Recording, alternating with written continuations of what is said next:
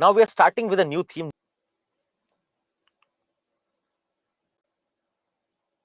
Your discussions on essay yesterday. And now this is, if you look, social issue is a part of your GS paper 1 and social justice is a part of your GS paper 2. If you look at the syllabus of paper 1, you'll find that along with your history and culture, you find society mentioned here. And therein you have these topics which need to be discussed, which start from salient features of the Indian society to diversity of India. And we'll come to these topics, what all has to be discussed here. Similarly, in GS paper 2, if you look, along with other topics of polity and international relations, you find social justice mentioned. And you have these few topics in social justice as well. Now, these are the subjects which generally students miss and they do not take up. They feel that these are general topics and we can write answers to these. But if you look at the type of questions, you'll find that you cannot go on writing general answers for these. They ask very specific questions which need specific answers. And we'll come to it. We'll look into the questions, what kind of questions have been asked, and what kind of syllabus you have. Now, if you would have gone through your schedule, you'll find that we'll start with salient features of Indian society and then move into diversity of India. Diversity of India is again a salient feature of Indian society. In salient features, we'll talk about salient features like caste system, the institution of family and marriage, and then we'll finally talk about diversity of India as a salient feature of Indian society. Diversity of language, diversity of religion, diversity of geography, etc. Then the next chapter is effects of globalization on Indian society. Now, globalization is something you read in paper 3 as well. What we are going to do here is we will look at the effects of globalization on Indian society. How is it changing the Indian society? In paper 3, you read how it has changed our economic system, our economic structure, our markets. But here we'll focus ourselves on changes in Indian society, like what kind of socio-cultural changes have been brought about by globalization. Why is everyone wearing the same kind of clothes? Why is everyone speaking the similar kind of language, even though we have diversity? And with that, we'll also look into urbanization, the growth of urban areas, the migration of people from rural to urban areas, and what are the issues related to this urbanization. Then we'll discuss the role of women and women's organization. In role of women, we'll think about how the role of women has changed from traditional to modern times. Because you find traditionally we understand women to be working within the sphere of household. But now we find that they have taken up other responsibilities as well. Now women are going out to work. Women are part of politics. And we'll see what has been that change and what are the problems related to this change. Then we'll talk about population and associated issues. For example, one of the discussion that we have is whether we can convert our growing population into demographic dividend. What is the issue with respect to this population explosion that we are having? That India has surpassed other countries in terms of population. So what are the challenges and what are the benefits of this huge population? Then we'll move on to regionalism, communalism and secularism. Now, communalism and secularism are being dealt in your paper 2 with polity, but here we'll look at the social aspect of it. Here we will not restrict ourselves to secularism of the state. We'll talk about secularism of the society. How is it that India is able to preserve this secular fabric, even with this huge diversity? Also, we'll look about what kind of conflicts happen because of this diversity. People demanding for a separate state, two states fighting for a river. Then we'll move on to poverty and developmental issues. That what is poverty? What are the various factors which cause poverty? What is the cause and effect relationship of poverty? And from here, we'll move into social justice. Because if you look at poverty, It is mentioned in your paper 2 as well. Then we'll talk about hunger along with poverty. So what we'll do is, from your module 7 and 8, we'll transition towards social justice, and the nature of our discussion will change a bit, and that will come to, you do not have to worry about it. Along with it, we'll talk about hunger, that we see that poverty has been seeing a decline in our country. But if we talk about our global hunger index, the rank or the position of India has been falling. What is this divergence with respect to poverty and hunger? And how is it that the government is taking steps to fix this problem of hunger and poverty in India? Then we'll talk about two sectors. One is health and the other one is education. That what are issues related to our health? What is our national health policy? What kind of policies and programs the government of India has taken up to fix these issues? And we will deal with education in a similar manner. That our education system, we say that is not is not doing well. The learning outcomes have been poor. A lot of our students do not enroll in higher education. So we'll highlight these kind of issues, and then we'll see what the government is doing to fix these issues. And we will also critically analyze those uh, policies and programs of the government. And along with the health and education, we'll look into the human resources that are involved. So for example, in health, your human resources are doctors, nurses, etc. In your education, you have your teachers. So what can be the suggestions to make it better? And also for human resources, we'll look into skill development. Now, with our huge population, we have a responsibility to educate them, to skill them, so that they can get a gainful employment, so that they can contribute to the process of development in a country, and in turn empowering them. Then we'll talk about development process and development industry. That yes, government has to play a role when it comes to development of the society at large. But what can society do? How can civil society contribute to this process of development? Wherein we'll discuss about NGOs, SHGs, etc. Your self-help groups, your non-governmental organizations, your cooperative societies, that how can they play a role in achieving the goals, the objectives of development that the Indian society has. And then finally, we'll talk about various schemes related to vulnerable sections and how we can approach them, because we have a lot of schemes for vulnerable sections, various policies, programs are there, but still we are not able to achieve the objective that we want. We are not able to bring them up. We are not able to push them in the process of development. So there has to be some problem with the policies. And what we'll do is, we'll take up the general framework, how to go about policies. If you look at the design of a policy, what are the problems there? What needs to be fixed? Similarly, when you implement that policy, what kind of issues arise out of it? So we will tackle both the problems of design and implementation of various policies. So you are asking about social empowerment. You'll see that we are going to take up social empowerment right from the role of women. And we'll try to bring about the difference between social empowerment and development, because generally we think that with development comes empowerment, and we at times use them interchangeably, but there is a lot of difference.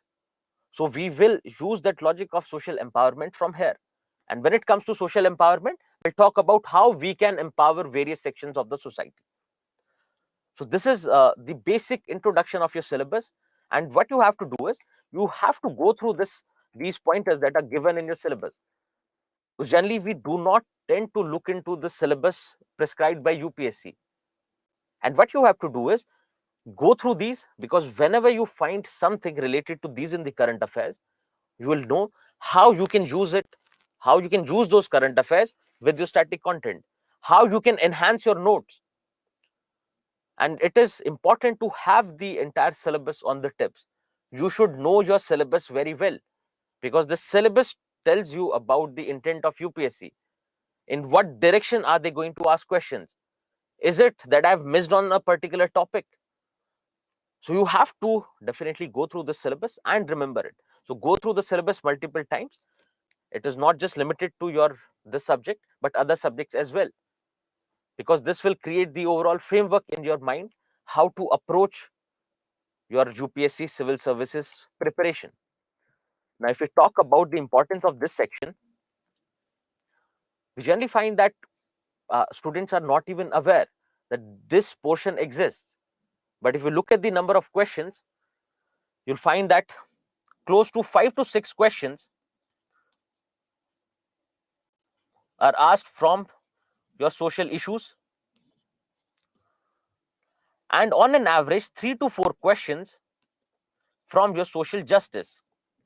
If you put them together, 10 plus questions from this section. 10 plus question means at least 110 marks. And if you compare these marks with any other major subject that we focus so much on, it is at times equivalent or at times more than those papers. So in terms of marks, this subject is also important. Also, if you see that with the topics that you have seen, it will give you an edge, and overall understanding of various other dimensions will also be enhanced. So if you understand your society completely, you would know that what kind of issues you have and how you can address them. Because generally we think of only policy tools, what government can do. But here you'll understand how our society is undergoing change, what are the problems related to that, and how we can fix it, even without the role of the government. So it is going to enhance your overall understanding, because ultimately, as a civil servant, you have to serve this society. And with the diversity in our country that we have, you should be open to thinking. You should be open to understanding. And also, when you look at society, you are a mere observer. You have to go out of the bubble and observe what is happening. You do not always have to take stands of right and wrong, because generally we think in terms of this is right and this is wrong. But this understanding of social issues, which is directly related to your sociology, will give you that edge, will help you understand topics and things in its totality. So the partial nature that we have, we look at everything in according to our stand. If we come from a particular society, if we come from a particular religion, our way of looking things is very limited, is very partial. Is partial in the sense that we are generally biased towards our causes, towards the causes of our community, and also the knowledge that we have, the understanding that we have is incomplete. So one is we do not know the entire picture, and the second thing is we are biased towards our own community, our own religion, our own society. Social issues and justice, because it is borrowing from sociology, will help you to gain that complete understanding of topics, so that you do not just look into black and white, you understand both the sides. Also, if you look at your essay paper that you have just finished discussion of, you'll find that on an average, if you leave past 1 or 2 years, on an average, you find at least one topic related to society mentioned there. If not every year, but at least every alternate year. So with the increased understanding of Indian society and social issues, you can fare well with respect to your essays as well. And this is the importance that this subject holds. And that means we cannot take this subject very lightly. Now, what we are going to do is that we have to understand the process in which we are going to proceed, that how to proceed with this subject. So you'll find with the topics you would have found that we have topics like urbanization, globalization. Then we have various social institutions and sections, like you find role of women. So women as a section is there. Then you find social institutions like caste, social institutions like family and marriage. What we do is we look into the background of these social institutions and your various sections, and then we start looking them in the light of change. This is the most important part. This part is the most important, that you have to look at these social institutions, these sections, in the light of change. And once you look at the questions, you'll realize that this is where the questions are generally focused. So when you talk about these various factors that are responsible for social change, you'll think of globalization, you'll think of modernization,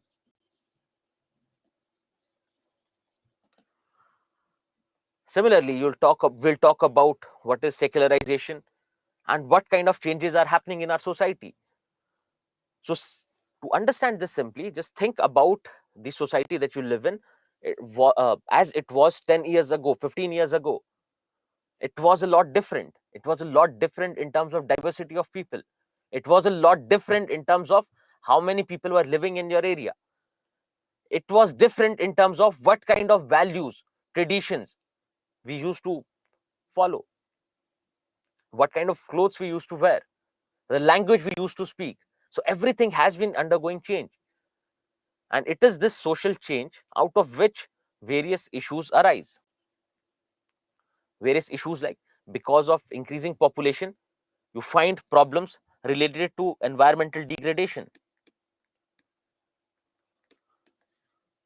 With the changing population scenario, you find that problems like sex ratio come to the front. Problems like population explosion come to the front. And similarly, with increasing diversity, people have a way of excluding others. People feel that why is it that others are coming and interfering in our society? And similarly, you'll find various other issues that we are going to talk about in the process. And if there are issues, then you have to come up with a solution. What can be the possible solutions? What is the government doing about it? And what can we do as a society? What can we do to tackle these challenges, to tackle these issues? And here I would like to make a statement that not all changes can be brought about by the policy, by the government. Because generally we feel that we have elected our governments, they are our representatives, and let them deal with it. If there is a problem, it is the government which has to deal with it, without realizing that we as part of this society have a responsibility towards our society, and we have to play that role. We have to help our society to come out of various issues, various problems. So if there is issue related to environmental degradation, it is not just government which has to provide subsidies, etc. It is us as well. We also have to make changes on an individual and social level. So this is the way in which we are going to proceed. What we'll do is we'll look at various sections of the Indian society, like women, elderly, children, etc. Then we'll take up various social institutions and we'll look at everything in the light of change. What is changing? How is it changing? And what are the issues associated with it?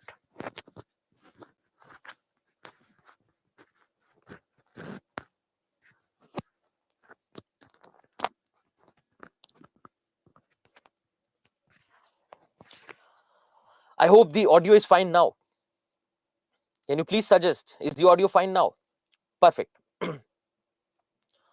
So please remember the focus, because this social change is what will define our direction. That we have to look into what kind of changes are happening. And looking at these topics, you'd feel that this is something very simple. This is something we know. When it comes to issues related to women, we know what are the various issues. When it comes to communalism, we understand a lot of communal issues are happening around us. And we can definitely go on writing answers. The general understanding that we have is sufficient. That's what the feeling one gets. But when you look at the questions closely, you'll find that they do not ask general questions. And they're not at all expecting general answers. They want specific answers to be given to the questions. Just think about it. They're talking about empowering women is the key to control population growth. Discuss. So if we empower women, how would it lead to control in population growth? How can empowering women have an impact on the population growth, on the rate at which we are growing our population. So you see that women and population, two different chapters that are mentioned here, interlinked. One thing. Another thing is, you find that they are asking about a specific thing, because generally if I ask you what can be the various reasons to, what can be the various ways in which we can control our population, then you'll start coming up with, say, policies. One child policy, for instance. You'll talk about contraceptive measures. But now they're asking a very specific question. They're asking how women empowerment can become a key to population growth. So rather than expecting a general answer, they have asked you a particular question and they expect a particular answer. So yes, we generally say that education with awareness, we can control this menace of population growth.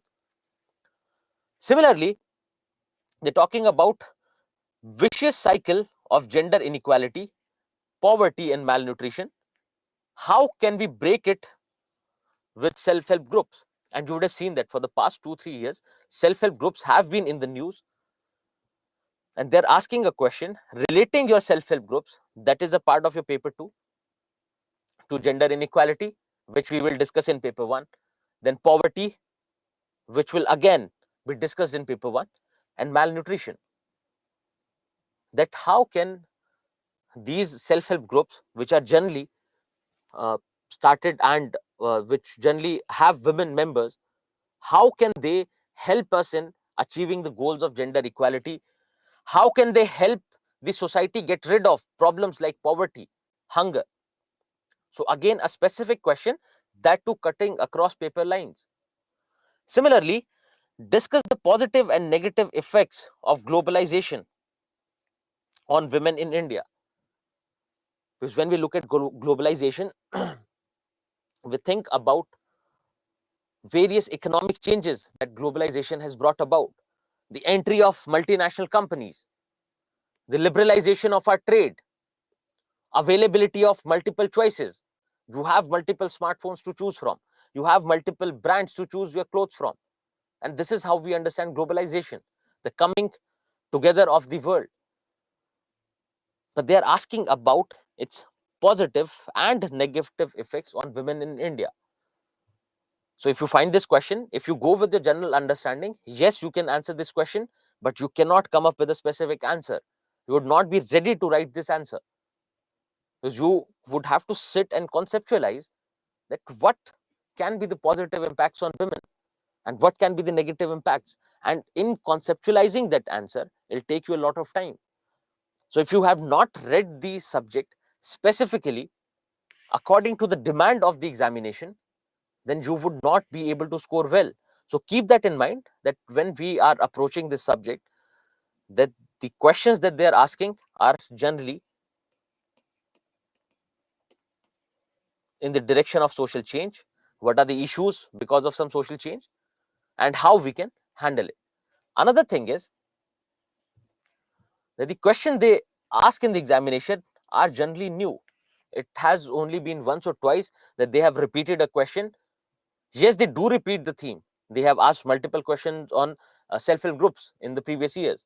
They have asked multiple questions on education, for that matter.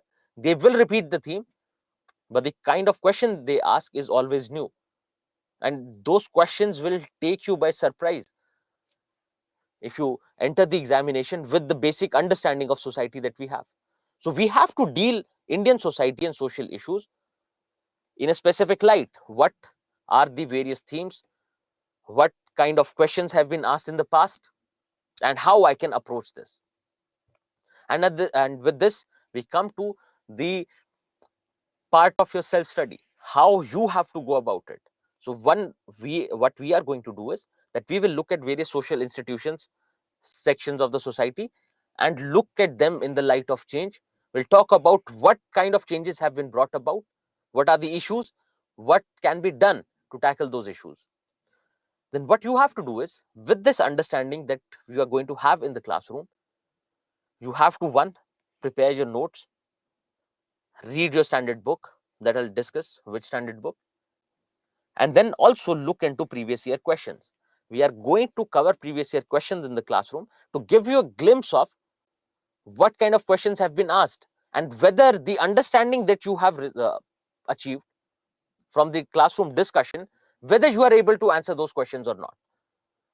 Because this is the ultimate test of whether you have understood something or not. So when you look at the questions, if you are able to answer it, then yes, you have understood it well. Yes, you can write your answer well. But also, just understanding would not be enough. You can understand the concept very well. You might have an approach to the answer that this is how I'm going to proceed. But if you do not practice, if you do not write answers, ultimately everything will go in vain. Because in the examination, you have a challenge of writing these answers in 8 to 10 minutes, which is not a lot of time. And it is only with writing practice that you can achieve that speed, you can conceptualize your answers better. And what we'll do is that whenever we look at a question, we'll try to consider your opinion first. We'll ask you, how are you planning to approach it? Because generally you find students struggling with how to write an introduction, what the body part has to look like, whether I have to write in pointers, whether I have to go with paragraph format of writing. So what we'll do is we'll engage you in those discussions, and we'll see that over a period of time with 3, 4, 5 classes, you'll be able to understand that what can be the right kind of introduction to an answer, how to conclude an answer, and all those questions will be answered, because this is the general problem that everyone faces. So we are going to focus a lot on writing practice. We are going to look at a lot of questions and try to understand how to approach these questions. So what you have to do is you have to understand the basic concepts in the classroom. You do not have to worry about making notes during the class. What you have to do is you sit and understand. All you have to do is, if I'm giving an example and you feel that you might forget that example, just write it in your notes. Write it in your rough notes for now. And when you revise it, make your fixed, complete notes. Now, when you talk about the notes do not have to be static, because looking at the topics, you find that it is about women. Yes, the role of women has been changing over the years, but it would not change so much in these 2, 3, 4 years of your preparation. Similarly, the concept of secularism is going to remain the same. Population growth has been a problem and will remain a problem for time to come. So do not think of it as that, okay, let's limit my notes, let's have static notes, and that would do. What you have to do is you have to keep adding current affairs here, because you'll need examples to substantiate your answer. If you talk about women, the sex ratio has been changing. There'll be a new survey that will discuss what are the new problems that women are facing. Then you'll find that your national education policy has come out. They'll go on implementing those programs. They'll remain in current affairs. And the question is asked from the current affairs. And particularly in paper 2, it is your current affairs which is important. And for the sake of paper 1, what you have to do is, say you make your notes like this. You leave a little space anywhere on the sheet. Use loose sheets so that you can add new content. And wherever you create your notes, leave a little space for you to write new and current examples, because these new examples will help you gain more marks. The examiner or the evaluator will get to understand, will get to know that you are connected, you are aware that something is happening and you are relating it to your static syllabus. So please do leave space in your notes and write examples. Similarly, when it comes to paper 2, social justice, you'll find that a lot of it is dependent on current affairs. The kind of questions that they ask are directly picked up from current affairs. So what we'll do there is we will understand the basics of everything. We'll try to incorporate all the current affairs that have happened in this year till now, till date.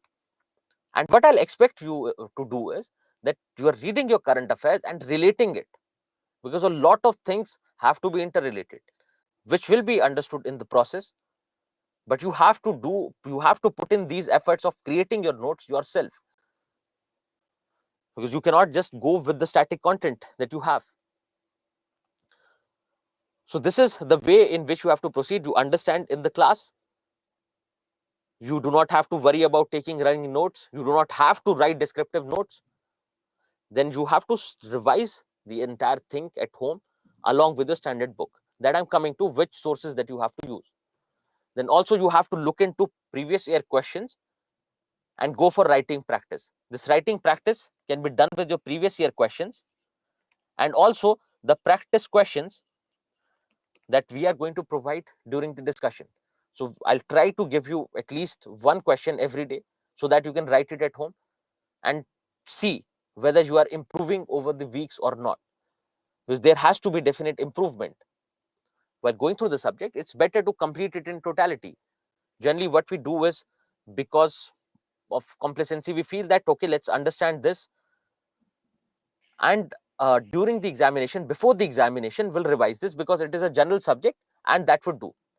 But always remember the significance in terms of marks and also remember the dynamic nature of the subject. It is not completely static.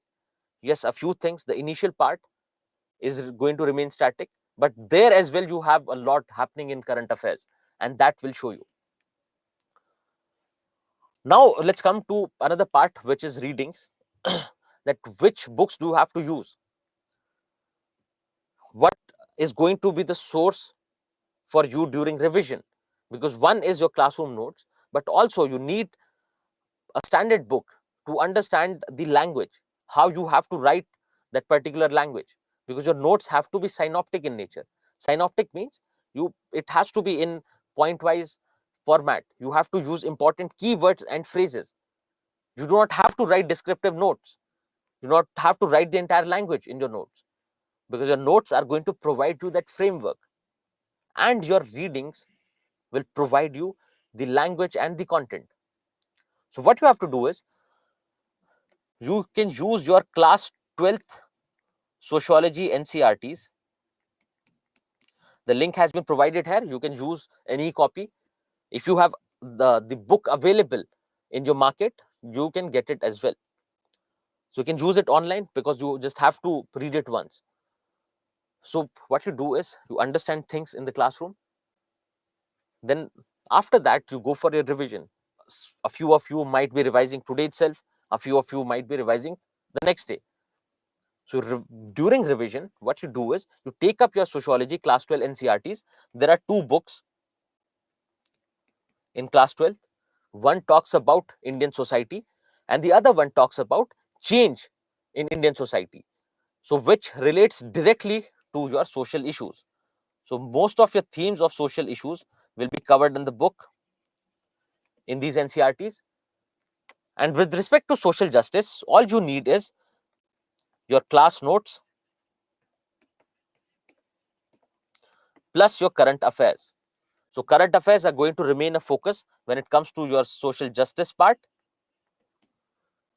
And for social issues, apart from the classroom notes and current affairs, you have to read class 12 sociology NCRT book.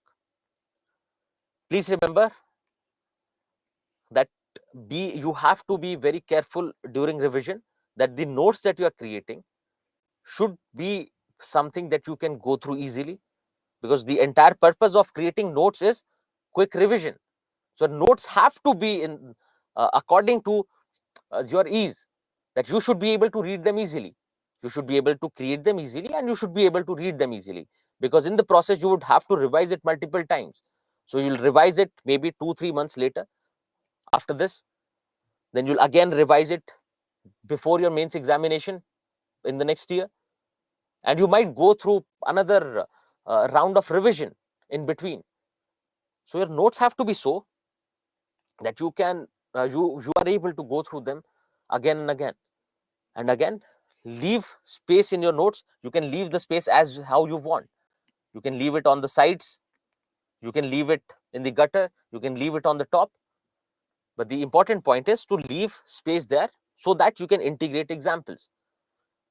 For example, you have various self-help groups in news, you have various cooperative societies in news, and you'll find that there was an amazing success story which can be used as an example if there is a question on that.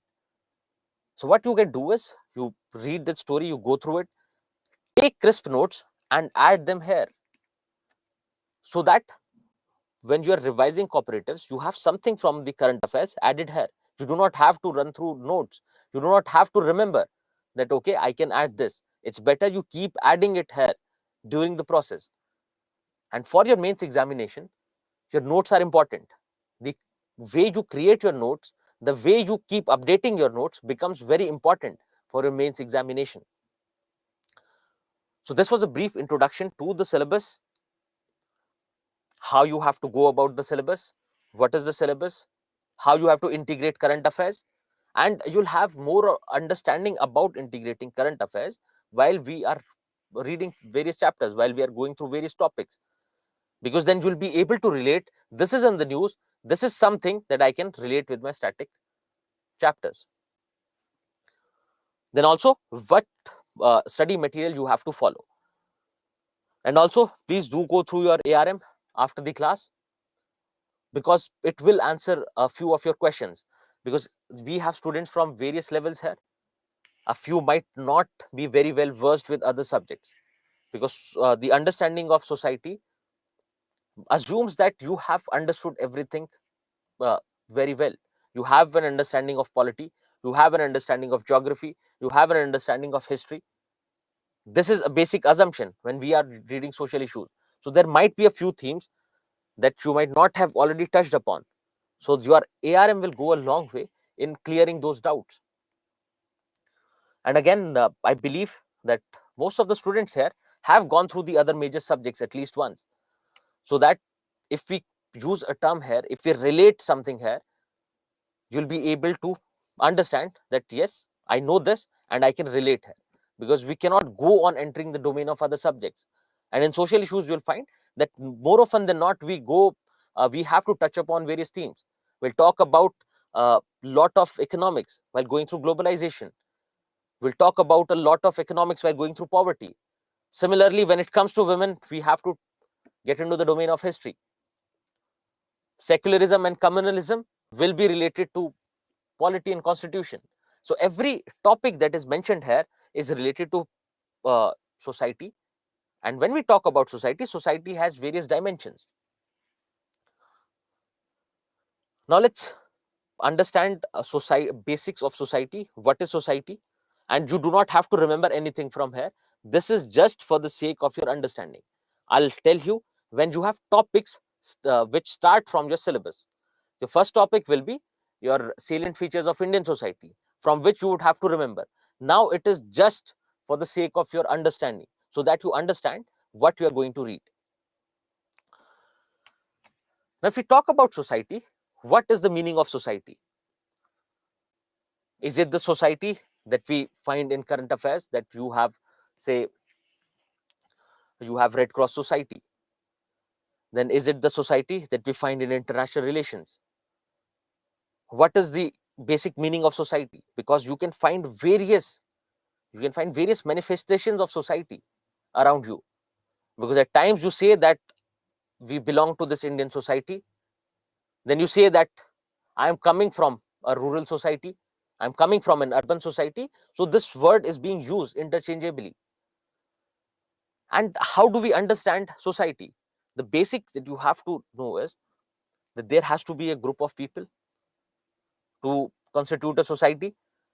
Now this group of people must be sharing a common culture like speaking the same language, wearing similar kind of clothes, having similar kind of norms in the society.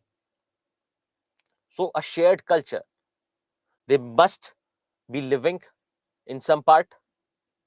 They must be living in some area. They might have a feeling that, yes, we belong to the same society. Yes, there are other things. People can have conflict living in the same society. People can have cooperation as well. But the basic idea is, it is people living in a particular area. But now, if people live in this area, are they going to interact with each other or not? If they're living in the same area or same region, are they going to interact with each other or not? Yes, they are going to interact with each other. And not just amongst themselves, they are going to interact with people from other areas as well. And with this interaction, a lot of changes happen. Now, when we say society, it is not just these individuals, it is not just these people that are living there, but the relationship between them, how the relationship is changed. So you do not have to remember the definition, you do not have to remember anything from here, just have to understand that what is society. So when we say society, it is basically the web of these relationship between people. It is not just the sum total of people, that there are people living here and all these people constitute society. Yes, they do, but along with it, you have to add this web of social relationships. How do they interact with each other? What kind of relationship they have with each other and with the collective? Collective in the sense, you have these individuals, they can interact amongst each other.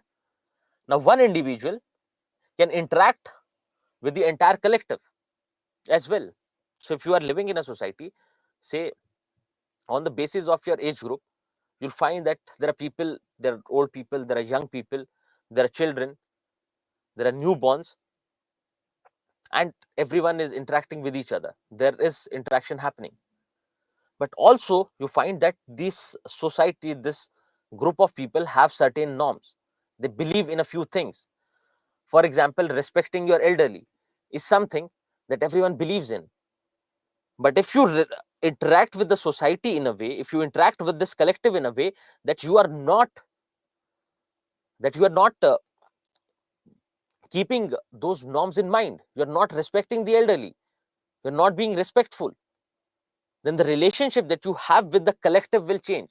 It is not just the relationship between the individual, it is also the relationship of the individual with the collective. It will become simpler, because right now we're talking abstract terms. It will become simpler when we proceed ahead. So society is a group of people and the web of interaction between them. Now, the society has various features.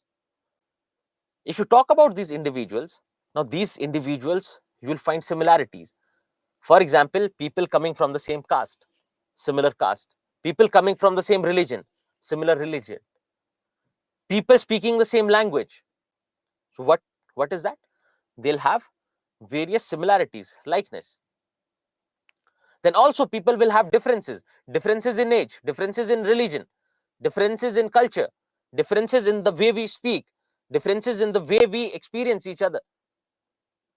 So a society will have both likeness and differences. And based on these likeness and differences, you'll find conflict and cooperation. So you cooperate with each other to maintain the social harmony, but at times there are conflicts as well. People fighting in the name of religion, people fighting in the name of language, people having conflicting views when it comes to how the government should be, what role should the government perform. So there can be various forms of conflict and cooperation in the society. So experiencing the same culture, having similar cultural traits does not mean that it is all cooperation. You will definitely find conflict as well. So this understanding is important for you to understand that whenever we look at any kind of interaction, say the way globalization is interacting with the Indian society, it is not going to be all happy thing. It is not going to be all good. There will be negative dimensions as well. That the interaction is bringing about negative changes in the society. The interaction is leading people to go for backlash against globalization. People saying that this force of globalization has homogenized all of us. Now we are speaking the same language. What happens to my traditions? What happens to my traditional language, my culture? So people will also come up in conflict with respect to globalization. And in general, you'll find that you have both cooperation and conflict in the society. Now, again, the idea of society is abstract. Now, is this society something that you can touch? Yes, you can go on touching people if you feel like. You can go on touching people, but can you touch, can you physically touch the relationship that they have? Can you physically touch the entire collective? No. So this concept is abstract. You might not always find physical manifestation of society. So yes, it is people. Think about a social movement, an online social movement. Think about Black Lives Matter. So it is happening physically there, but it is happening all over the globe, online. So now there is a society that is formed. People on the basis of likeness, there are people from various regions on the basis of likeness, they're coming together to protest against something. Now it is very abstract. Can you say that this is the society? Similarly, if we say rural society, you'll find that you have rural areas across the country. They have differences, they have similarities. So the basic similarity is agriculture. The basic similarities is traditional way of living. Another similarity can be joint family. But can you say that you can touch this rural society? Can you touch this urban society? No. So it is abstract in that sense. Then society is a process, not a product. So when we say that the people are interacting amongst each other, the people are interacting with the collective, there are social changes that are happening, people are interacting with other societies. This is very dynamic. This process is happening every day. And we cannot say that this is the final product. So for instance, if we say we are living in a modern society, where do you draw the line? Where do you say that this is modernization?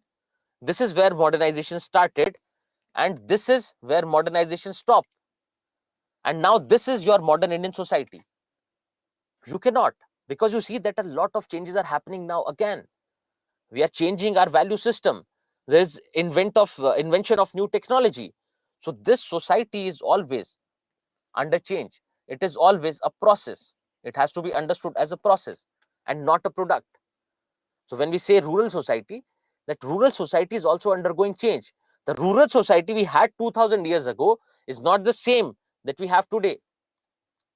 So this society has to be understood as a process, and this will help you understand that you do not have to limit yourself when it comes to society. I'll tell you when the time comes, but you understand this as a process and not a product.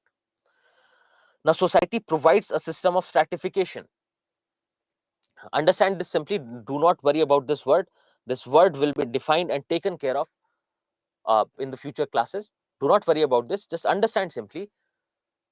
Just think about the way we have a conversation with our parents and the way we have a conversation with our friends. Similarly, the way you speak to your boss and the way you speak to a colleague, the way you speak to your teacher and the way you speak to your fellow students. Isn't there a difference? Similarly, on the basis of age as well, we treat everyone differently. Now, the basic idea is that society has a way of keeping people in hierarchy on the basis of various traits, on the basis of their wealth, on the basis of their age, on the basis of their role in the society. So you would think generally, because everyone is sitting here preparing for these prestigious services, and you have a sense of upliftment, you feel good about it, that I'm going to enter something that is going to have a lot of impact on the society. I'll have responsibility of the entire society. I'll be the one who's going to make changes. And you feel like on the top. But if I ask you, would you want to engage in manual labor? Would you want to engage yourself in unorganized sector? And most of you would say no, because everyone is here for this examination. Why? Because subconsciously you have an idea that civil services are here, and if you are an industrial worker, you are here. That means you are keeping them in a hierarchy. You are keeping them in hierarchical positions on the basis of prestige attached to it. Civil services, prestigious. Manual labor, not so prestigious. So the society has a way of keeping people in a structure, in a hierarchy, on the basis of various things. It can be your wealth, it can be your prestige, because the way we treat our rich and the way we treat our poor, the way we treat our elderly, the way we treat our juniors. So every society will have some kind of stratification, some system of stratification. And it is not just society, this also happens on a subconscious level, that you have to remember.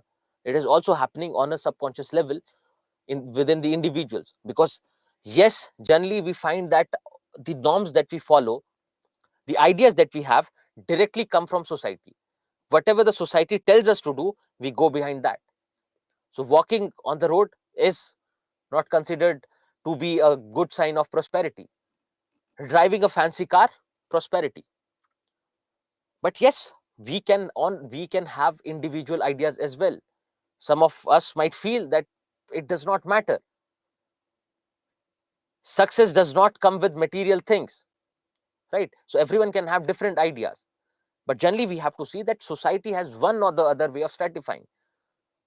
So the Western society stratifies on the basis of class, on the basis of your work. We in Indian society have various systems. Think about caste system. According to caste system, there are few castes which come on the top, and then you have an hierarchy all the way till down.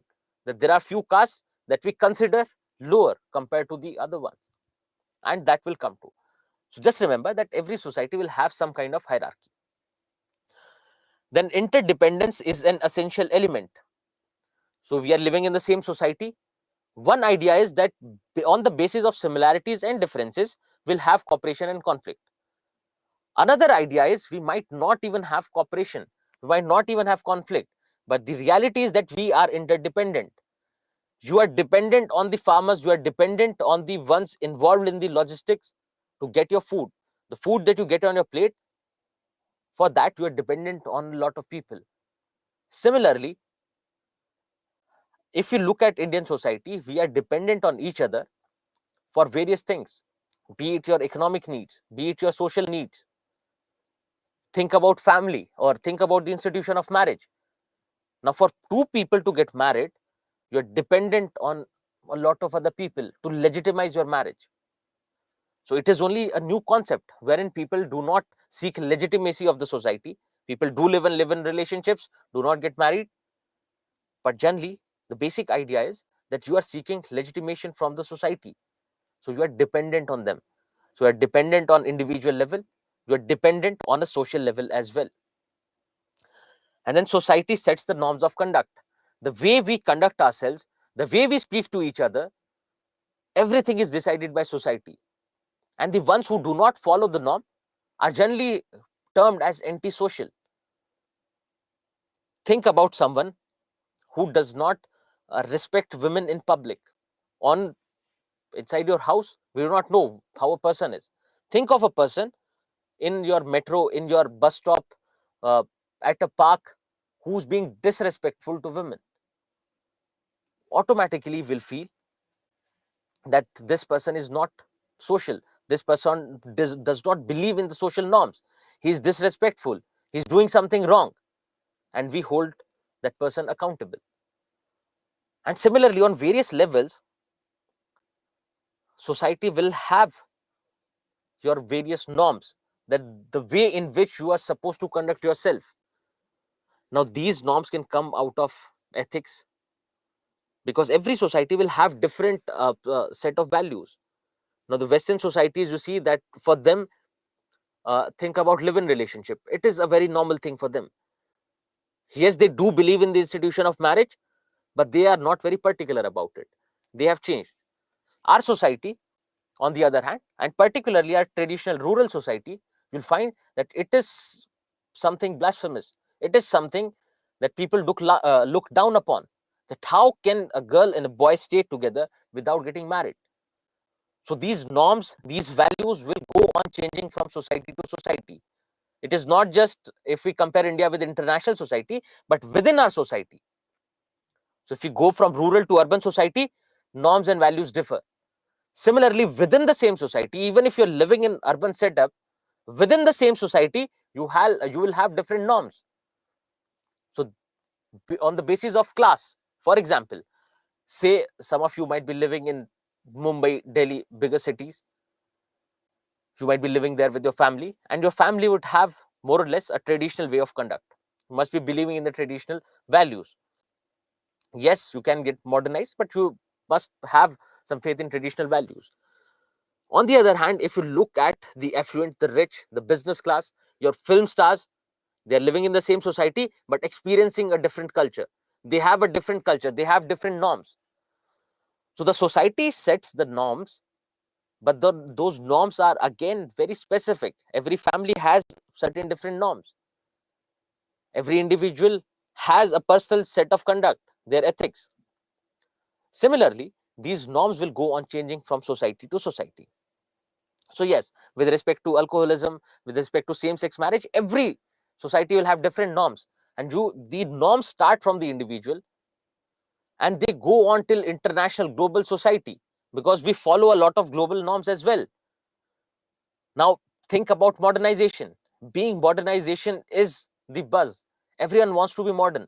Everyone wants to have that global appeal. Everyone wants to look sharp.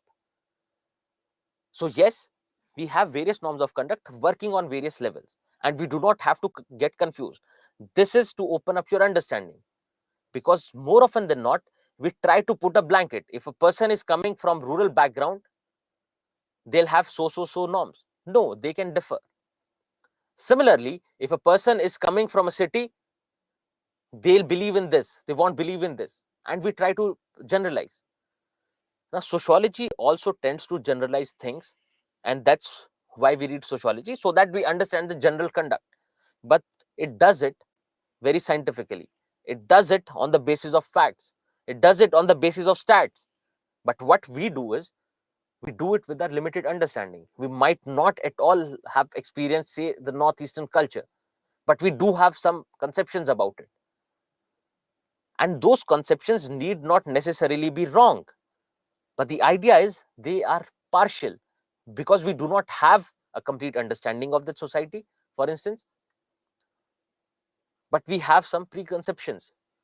And those conceptions can be misconceptions as well. So what you have to try to do is, we have to look at anything, any institution, any section coming out of the bubble, bird's eye view. So if you want to find out whether something is wrong, something is right, the first thing that you have to do is, you have to be neutral. And again, I know we must realize that we cannot be completely neutral, because the society that we are coming from will definitely have an impact. The subjects that we study will have an impact. The people that we speak to will have an impact on us. So we cannot be completely neutral, because even our literature, for that matter, cannot be neutral. When you talk about history, if there is something that happens, you'll have multiple perspectives, multiple ideas. The Marxists say so, the feminists say so, and we do not have a complete idea what has actually happened. But we keep fighting for the idea that we have. We are always having this ideological food fight, that this is right, this is wrong. And more often than not, we are not even looking at something factual, because we don't know what might have happened, right? So in the process of learning social issues and social justice, please try to become neutral. Please try to tend towards neutrality. One of the values that is expected from a civil servant, and also one of the important human values. So try to be neutral. Do not have biases within you. So with this basic understanding of society, let's move into social change, because social change is something that is going to be important. We are going to look at pretty much everything in the light of social change. Now think about social change. Do you think the society that we had previously is the same now? And the answer is no. Things are changing. Now these things that are changing, these can be various things. This can be the population of this society. This can be the level of technology that we have. There were times when we had keypad phones, and now we have smartphones, and these smartphones are also taking it to another level. They're using artificial intelligence, etc. So the levels of technology. Similarly, the population density in your area is changing. The values that we believe in are changing. Traditionally, marriage was understood to be a relationship between people from opposite genders, but now we see that people are fighting for same-sex marriage. So the values are also changing, and there are a lot of changes going around. Now, these changes can happen either because of internal factors or external factors. Can someone suggest what can be various internal factors? With an example, what can be various internal factors which bring about this change in society? Can someone suggest any kind of example? So, education,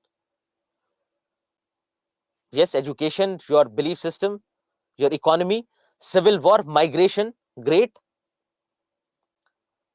interaction amongst each other,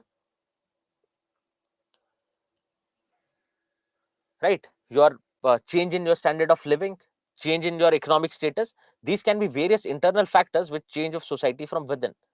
Then there can be external factors as well. What kind of external factors can bring about social change? Yes, so migration again finds a mention here. People migrating from other places. They'll come here, stay here, they'll change our culture.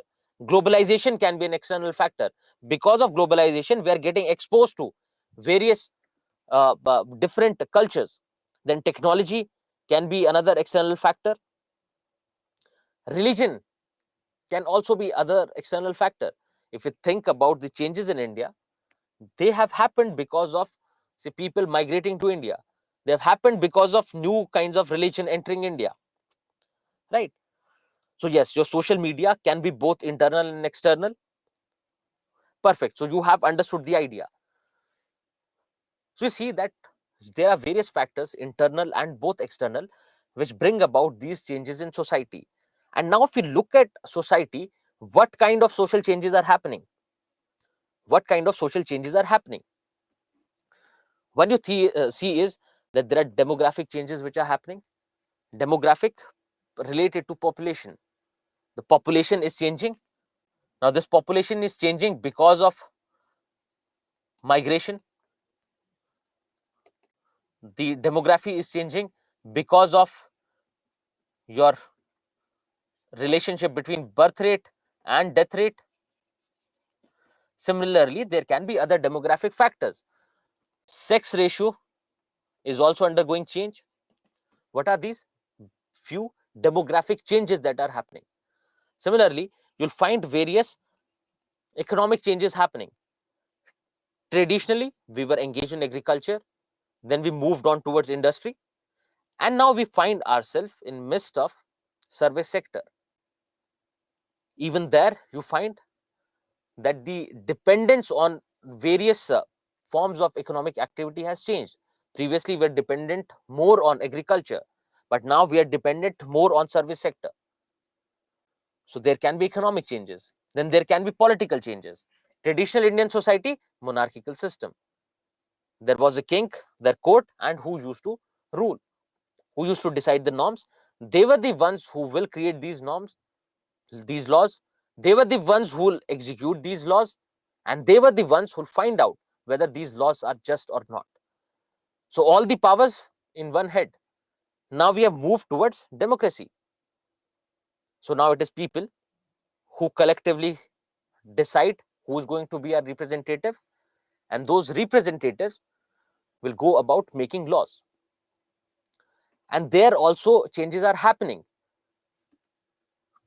Can someone suggest what is the kind of political change happening with respect to our democracy?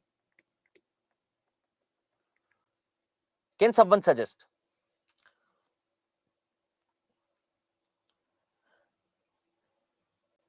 Yes, so we find that there is decentralization happening. Now we are moving towards grassroots democracy. It is becoming participative democracy. Then we have increasing role of women in politics. Yes. Then the level of corruption is changing. Yes, corruption was there. Corruption is there till today. But you find the level on which it works is changing.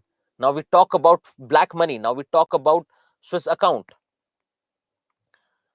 Right. So yes, you can see negative changes as well. At the same time, we say that our democracy is deepening. We find, on the other hand, that now we have one strong party which is ruling, and we do not find a lot of scope for dissent and differences in the parliament. And you would have seen that the time of discussion that goes on particular bill has reduced a lot because fruitful discussions are not happening. Political awareness amongst people is increasing. Absolutely, yes.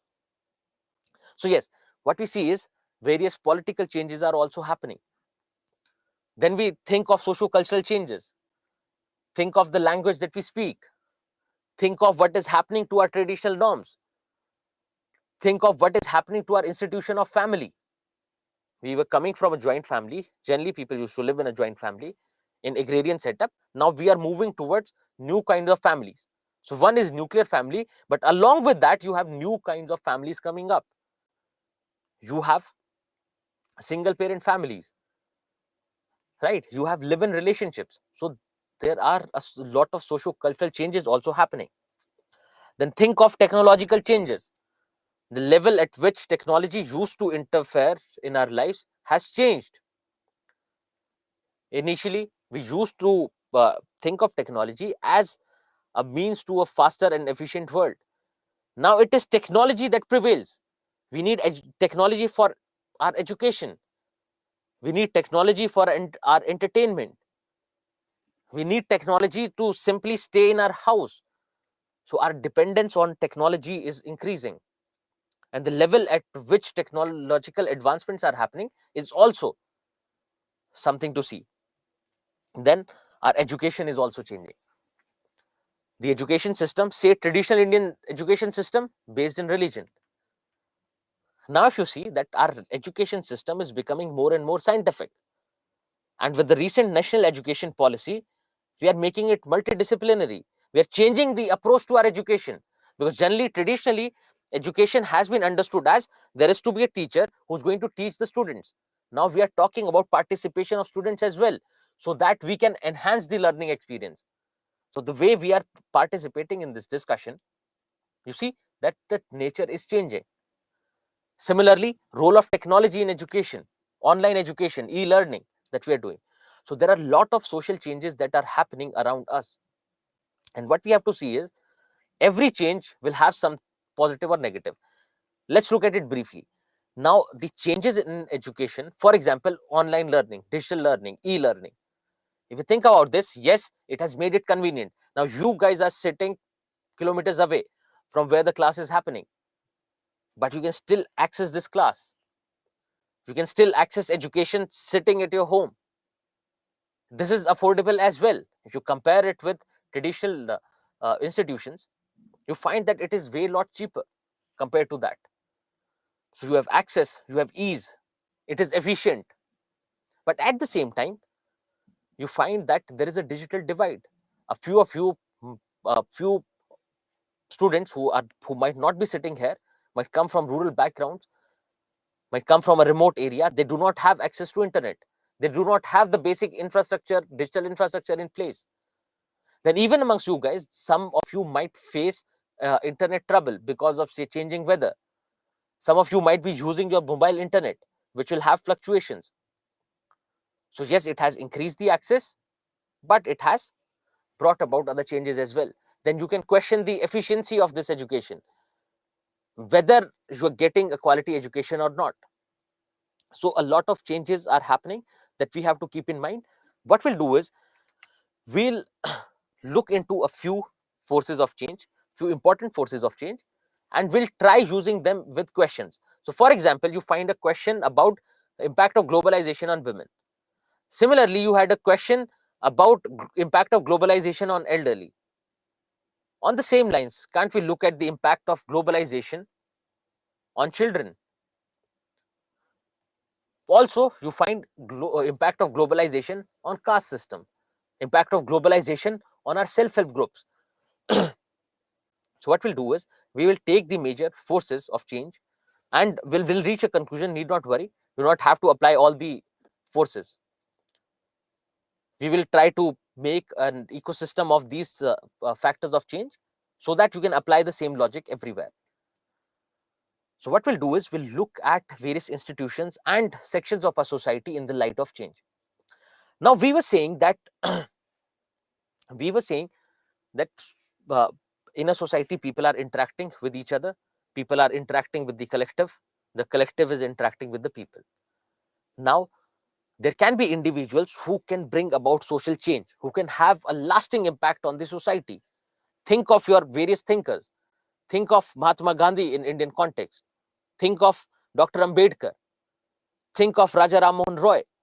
Now, they were individuals who brought about a major change in the society, and they are remembered till date, and they will be remembered in the future. So, an individual interacting with the collective, bringing about far-reaching changes.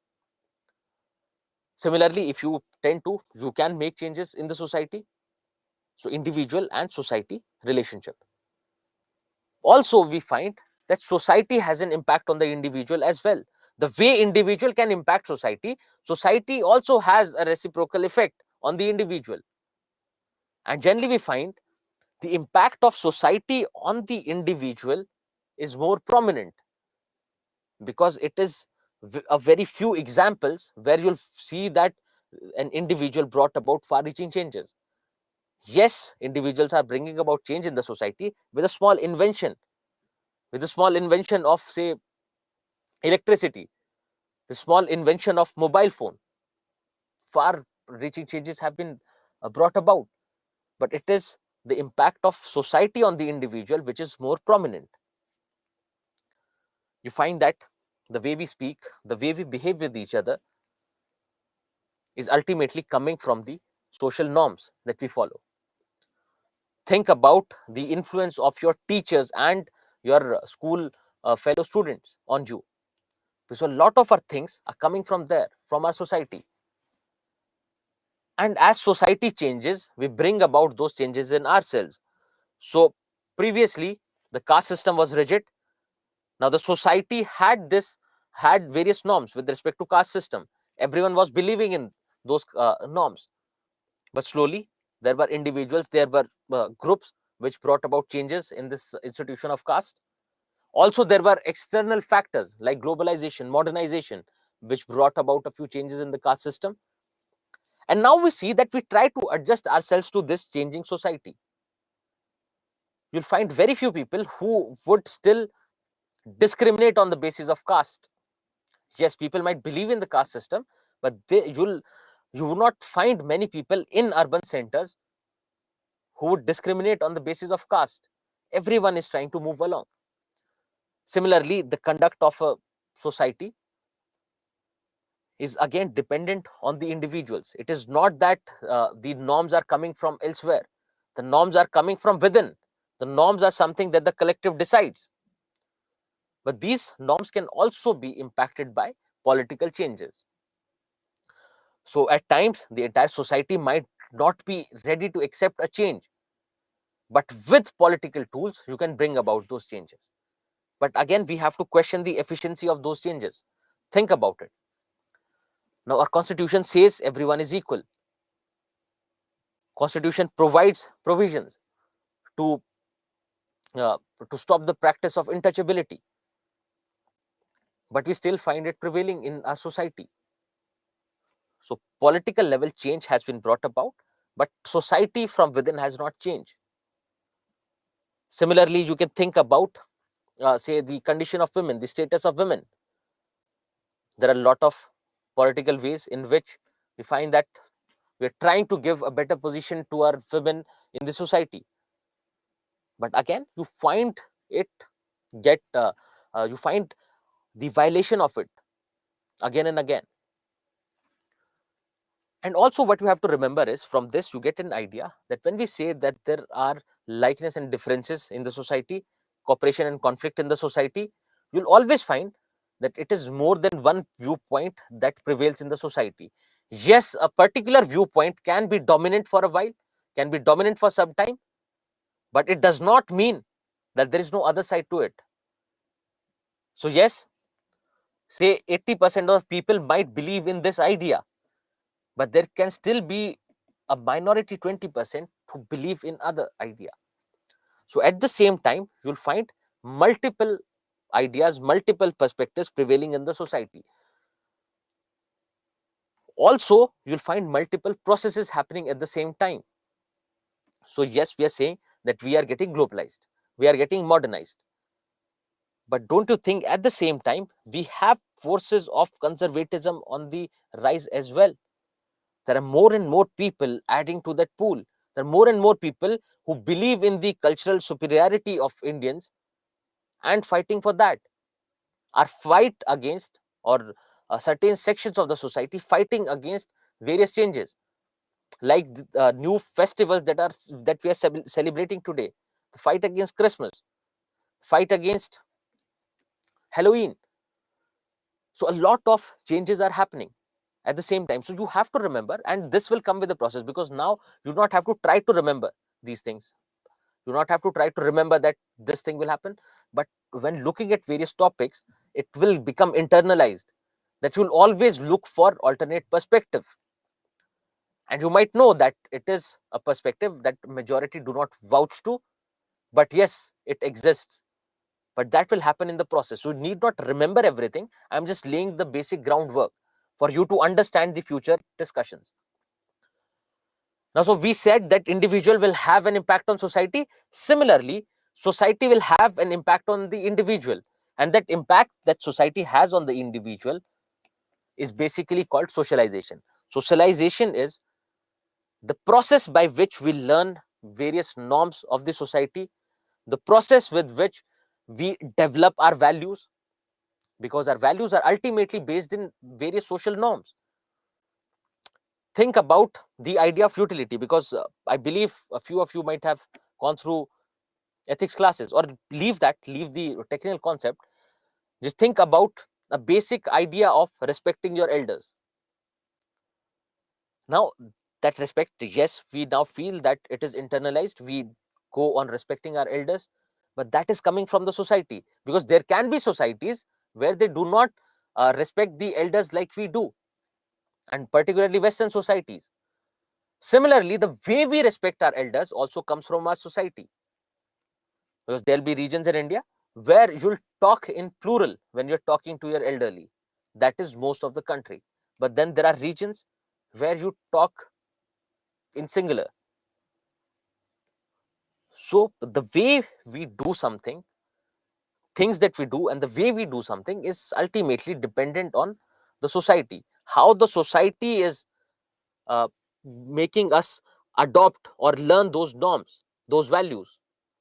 Now, when we talk about socialization and society, we see that there are various components in the society. Think about this. When a child is born, she doesn't know anything. They cannot speak. They can say make noises, different varied noises that only the mother and father can understand, and they themselves might be able to understand the kind of noises that they are making, but they do not have a way to communicate. They do not know what is their religion. They do not even know their name. They do not know about anything with respect to the society. But the family, with time, goes on socializing them. The family tells the children that these are your parents, these are your siblings, these are your grandparents. This is how you speak. We try to make them speak. Let's say mother or say father. Try to make them take their own name. So we teach them in language. We teach them in religion, that this is your religion. These are various cultural practices. So when you find someone entering your house, please be respectful. Please use, say, good morning, good afternoon. So all the basic norms, all the ways in which a person has to conduct oneself is coming from the family at the initial stage. But then you start growing up. Then you start going. Then you start going to the school, and there you'll have the impact of your teacher on you. They will tell you that go wash hands before you eat. Similarly, you will have impact of your friends, the friends that you stay with in your school. You'll learn a lot of things. There'll be friends coming from, say, different cultures. There'll be friends coming from other part of the country. There'll be friends coming from the same region, and you learn a lot of things there. You learn how to be mischievous there. You learn how to, say, get into a fight in the school, right?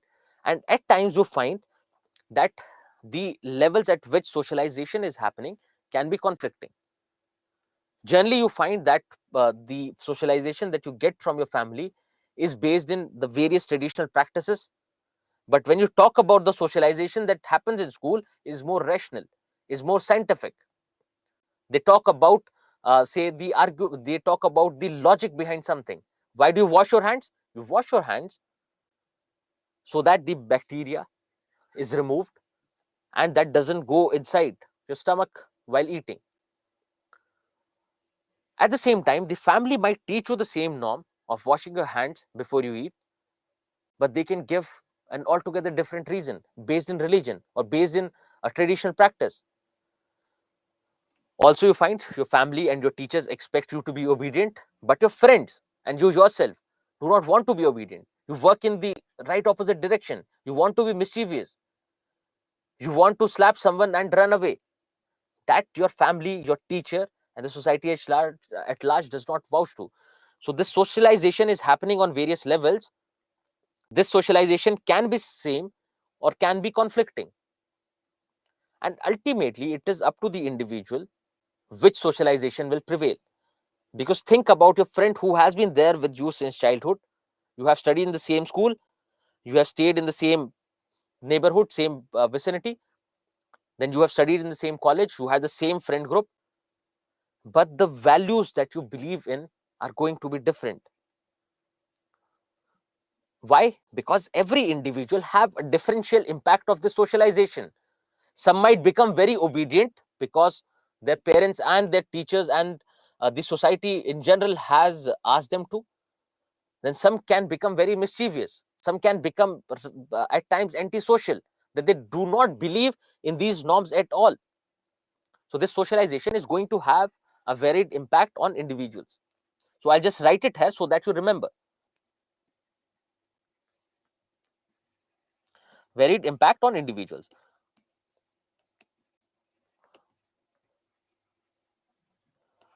Now, again, I'm saying that you do not have to remember because these are abstract terms.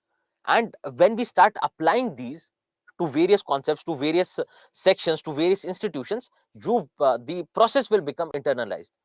And our process or the way of teaching is going to be that of discussion. Rather than it being a one-way communication, it is going to involve you, engage you all.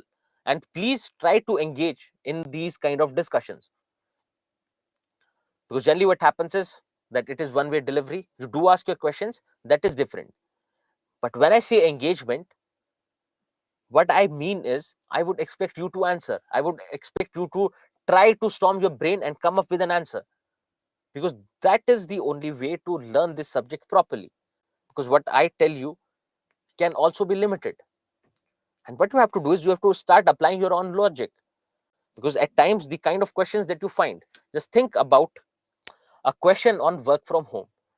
Now, work from home has become popular since your COVID times because of the lockdown. And now they asked a question about the impact of work from home on the institution of family.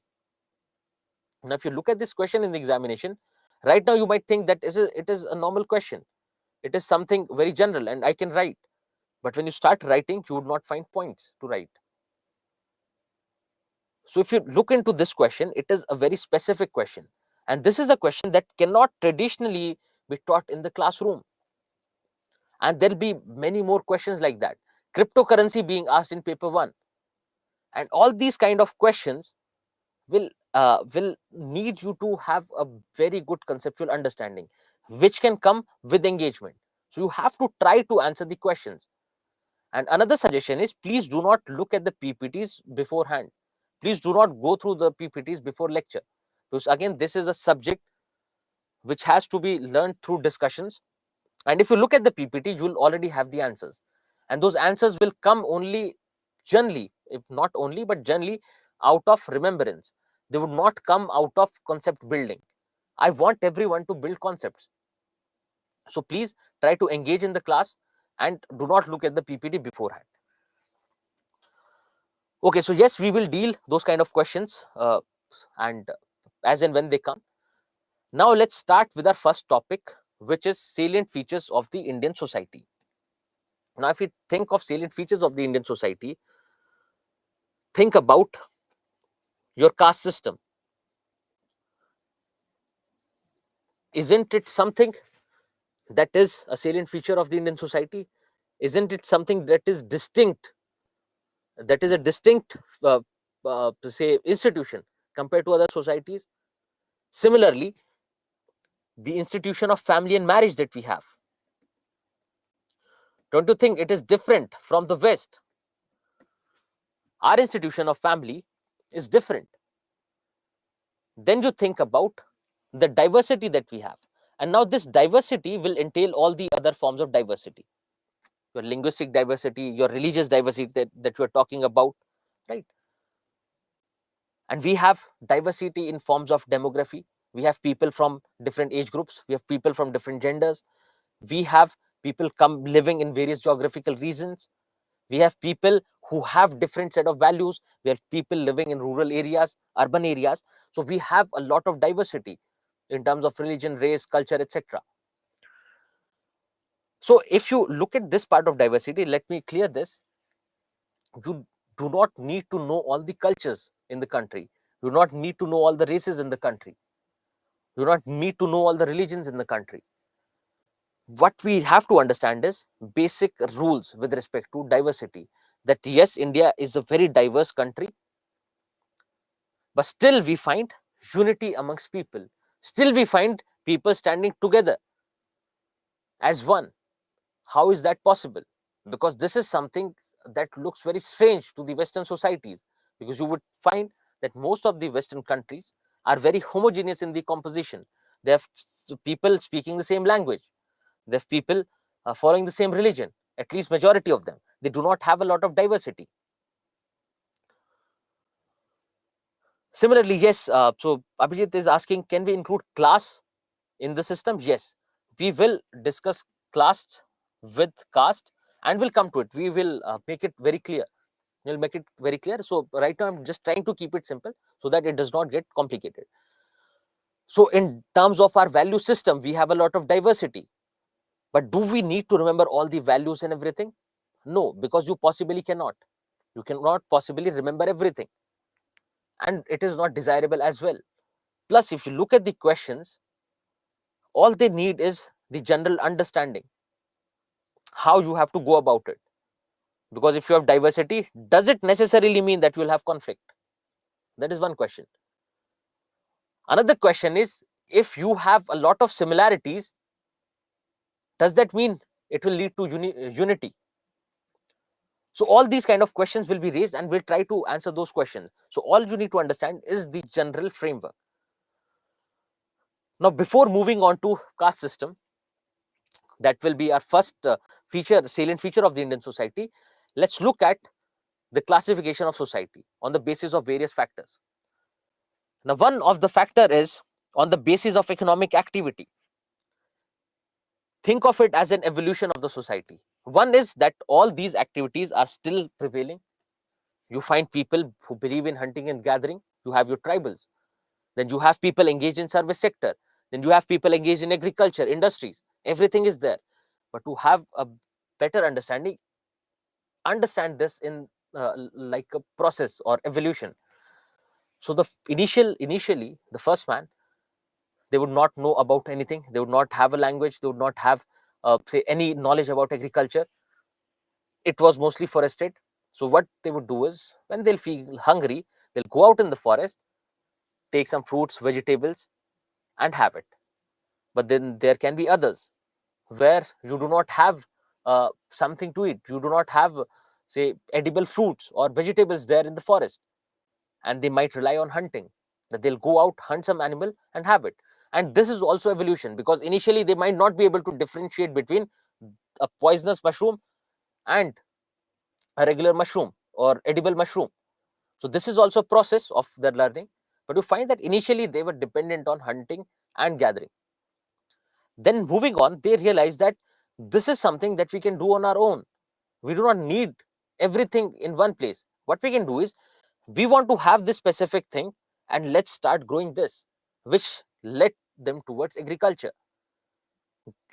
Because the difference is, in agriculture, you will have specific crops. You will remove the forested land, you will clear the forested land, where you have a lot of diversity with respect to your flora and fauna. You'll clear that land and you'll start growing a similar crop on that field.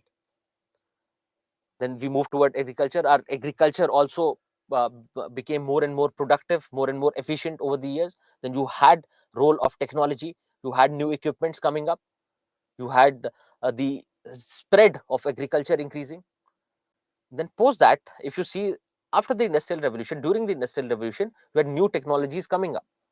With that, we transitioned into industrial economy, wherein we were more reliant on industries for our basic necessities. So with the raw material from agriculture, we started producing various products. Similarly, for example, the cotton that we were getting from agriculture, initially it was spinned and everything was done by hand.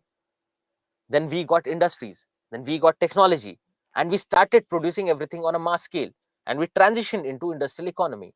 And slowly now we see that we are moving towards post-industrial society, which is based in your service sector. That now it is not the product that matters. Now our economy is dependent more and more on services. And also the cultural values, norms are also changing. While transitioning from these societies, everything, culture, norm, everything is changing. But you understand this, that the basic economic activity initially was hunting and gathering, then we moved towards agriculture, industry, and ultimately towards post-industrial society. Now, another thing is that there are differences with respect to these societies. One thing is, right now we're living in post-industrial society and we have a mix of everything. Everything is present. All kind of economic activities are there. So yes, the major economic activity or the major, say your GDP is contributed by your service sector, but it's not that other forms of economic activities are not available. They are also there. And to see that there are differences in these societies. For example, if you compare agricultural society to industrial society, you'll find a lot of differences apart from economy. Can someone think of other possible differences between an agricultural and an industrial society apart from economy, apart from the economic factor, anything else?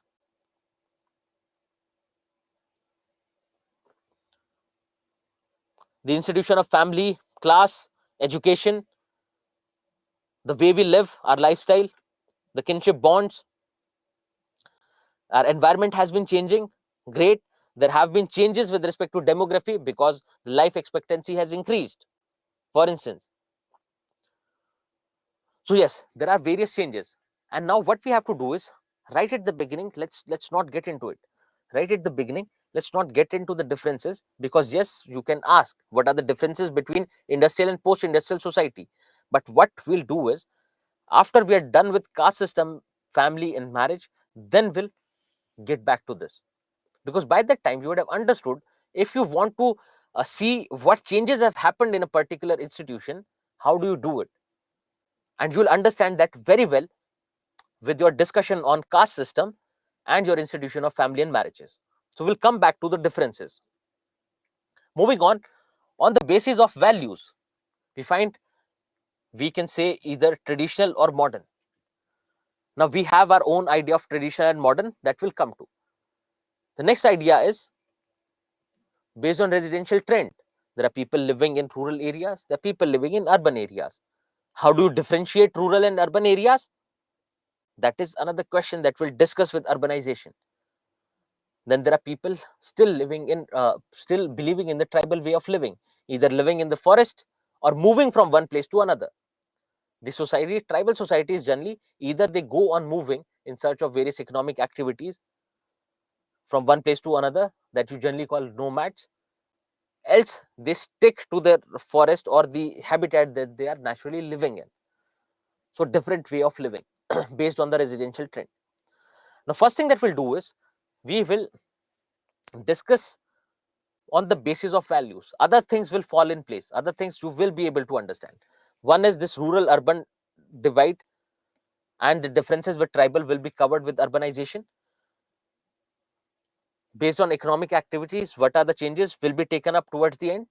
Right now, let's focus ourselves on values. So yes, that is my question. Yes, we are going to discuss what are social and modern values. So what we'll do is, you have to first tell me what is your idea of modern, so that we can compare. Because first we should know that what is your idea of modern, what do you understand as modern, and what do you understand as traditional. So is wearing jeans and shirt modern?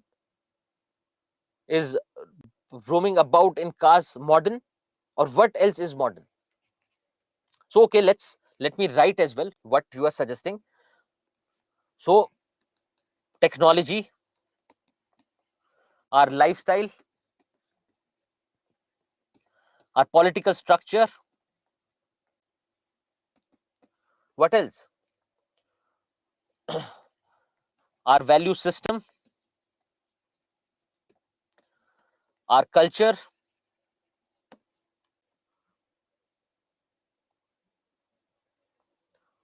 Yes, so you can definitely relate modern to climate change as well,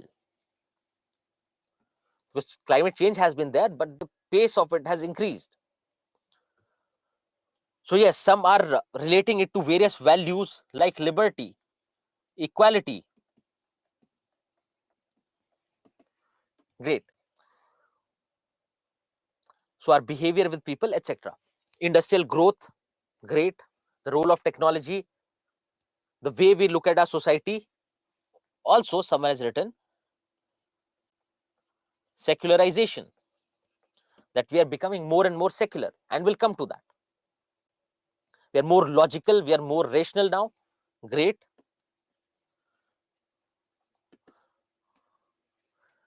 Great. So let's come to these. Let's come to these one by one. Let's come to these one by one. So everyone, if you see, otherwise on an individual level, everyone has a limited idea of modernization, or what the word modern means. Everyone has a different idea about it, which is more often than incomplete.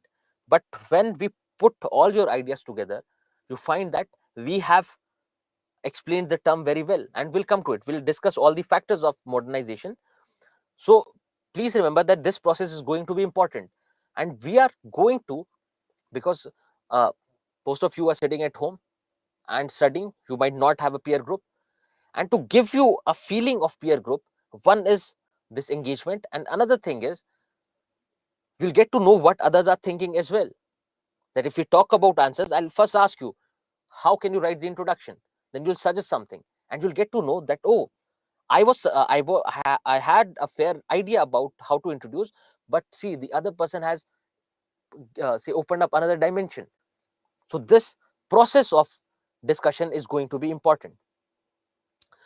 Sushi, see, you do not have to worry about it. In the next slide, you have everything written. You have everything written, and also it is more about the idea. It is more about the concept that you have to understand, and everything else will fall in place. So just have to bear with me for a couple of days, and everything will be understood. Okay, so these are various aspects of modernity, and now looking at this, you'll find that you had pretty much included everything. We will discuss these ideas one by one, because some of you might have suggested secularization but might not be aware about urbanization. Similarly, people might not be aware about rationalization, so we'll take them one by one, so it is covered for everything. Yes, so uh, can you hold on for a second? I think there's some issue with the camera. Just a second, please.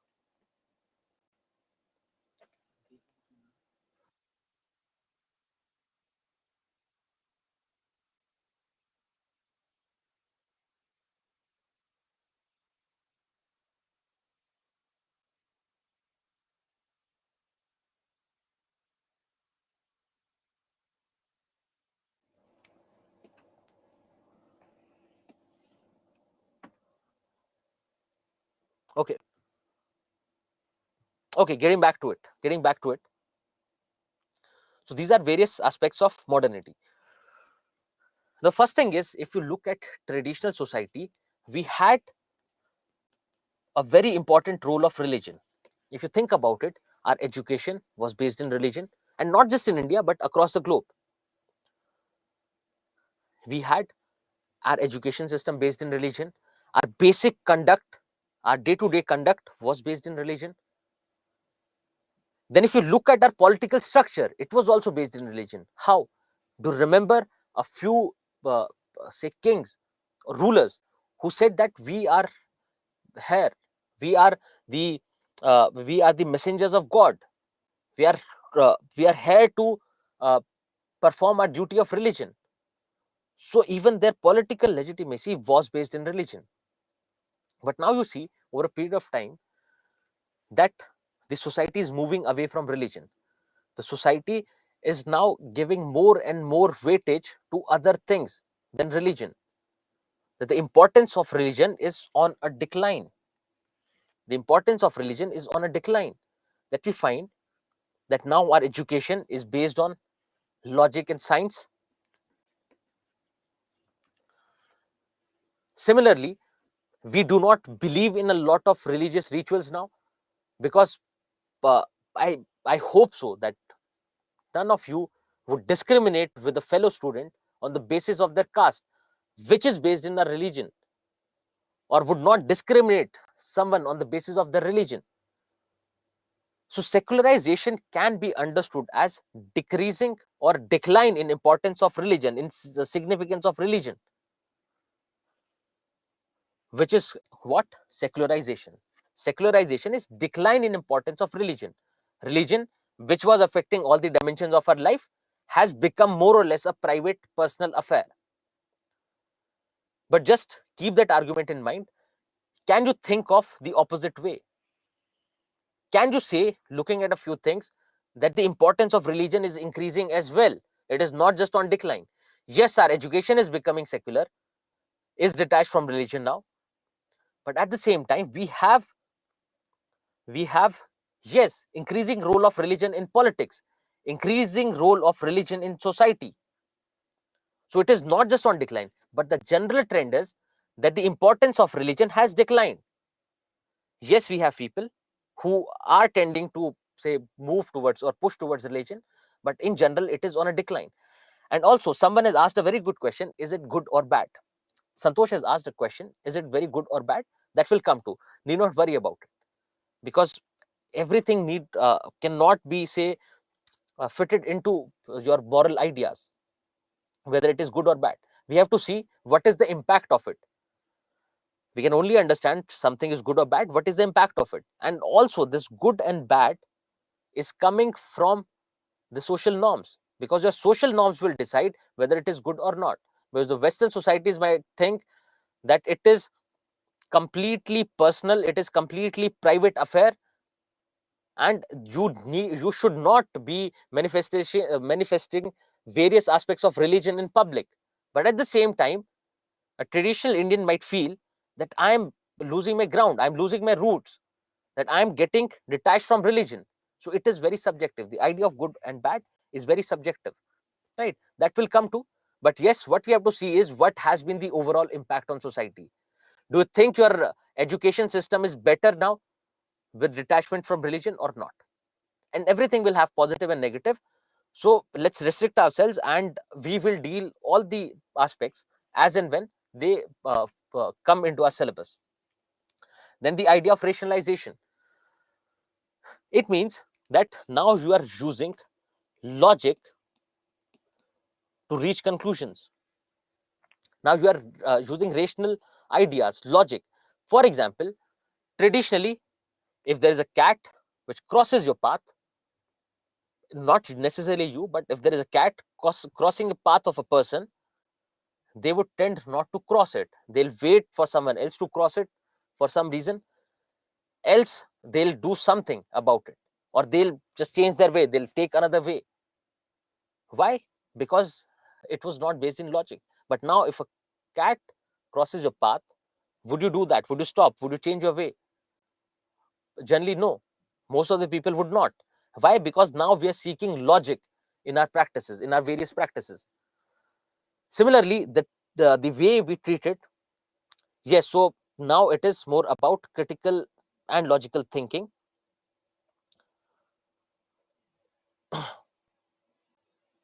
Yes, and we are moving away from superstitions. Yes, so rationalization is use of logic to reach various conclusions.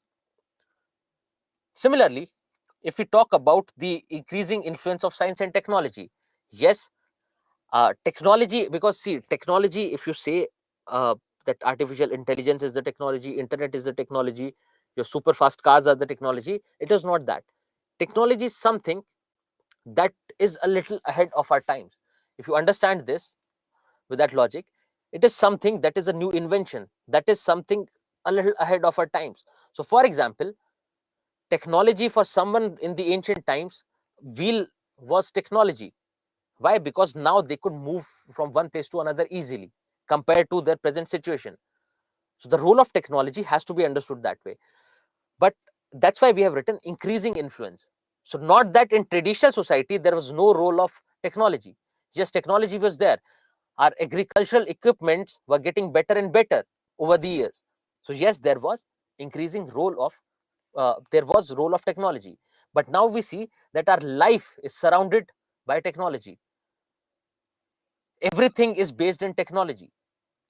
With our push towards scientific education, with our push towards, say, increasing the standard of living, increasing the ease of living, we have been surrounded by various aspects of technology, and the influence has been ever increasing. Similarly, you can talk about the emergence of nation state. Now, you do not have to think strictly in political terms, in political science terms, that a few of you might because of your educational background or your optional. So what is technology for us? Yes, the technology for us is something that is changing. Now, as you think about this, you do not have to think that what exactly is technology, because it is changing. It is under, say, transition. It is always under transition. It is a part of society, always under transition. So what we have to see is it is the increasing influence of science and technology in our lives. So our education based in technology, the way you travel to your work or school or college based in technology, the way you communicate with each other based in technology. So the influence of technology is increasing, because for some of us, for example, I'm not a tech savvy, so for me, using a smartphone and the internet is technology. Having to deliver lectures over the internet is amazing role of technology. For some of you, artificial intelligence and something that is going beyond artificial intelligence might be technology. So it is under transition. Then you look at the emergence of nation state. Now think about this. Traditionally, we had various kingdoms. There was a ruler, and there was a tendency of imperialism, that everyone was expanding, was at least trying to expand their territory over the years. And then the people got to know that people felt that if we are not speaking same language, and rather it was more towards nationalism, that we are speaking same language, we are experiencing the same culture, let's move away from this bigger kingdom, let's create our own nation state. Because the idea was that if we are speaking the same language, if we have the same culture, the thing is that we will live in cooperation, we will have similar interests which we can achieve. So therein you find the emergence of nation state. And this nation state is not in terms of the state, the states that we have in India. The concept of nation state is related directly with nationalism and with your Europe.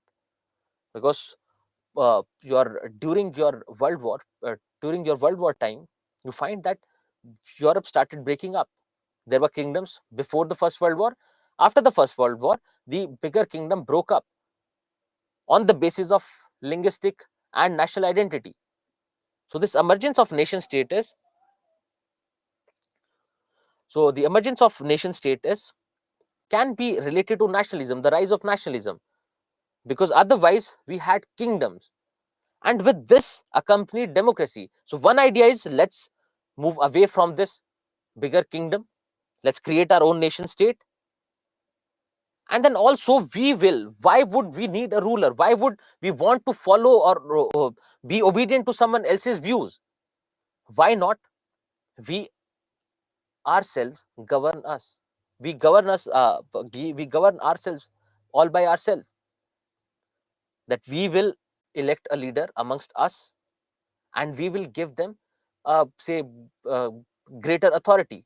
They will have responsibility, but we'll give them greater authority. They'll be the ones who will take decisions for us. Because if all of us, if we sit together, there's no way we'll reach a conclusion. So let's the smarter one amongst us, let the mature one amongst us take the decision. And let's decide who is that smarter one, who is that mature one. And thereby emergence of the idea of democracy. And then you can apply this logic to the actual idea of democracy, the political idea of democracy. So one is on the conceptual level, that people are feeling that why should someone else govern us? It should be us who have to take, who should take our day-to-day decisions. It should be us who will create our own state on the basis of various similarities. And similarly, then you find the rise of democratic states. There are a lot of states who were previously under one rule or the other started becoming democratic. Come to India. Even India, before the advent of Britishers, was divided in various kingdoms. Even with the Britishers, we had various kingdoms for that matter. And then later we find that once we ousted the British, we set up a parliamentary system here, the system of democracy. And this idea of democracy, the idea of people having to govern themselves, people getting to govern themselves, is also modern. Because the traditional idea was the idea of someone else ruling us, someone else telling us what to do, what not to do. And the idea of democracy says that it is us who's going to decide what has to be done. So change or transition towards idea of democracy.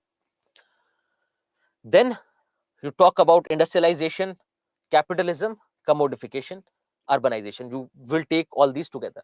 But before that, let's look at expansion of mass media. Now, previously, before modern times, before modern technology, you find that if you had to communicate with someone else, it would take days.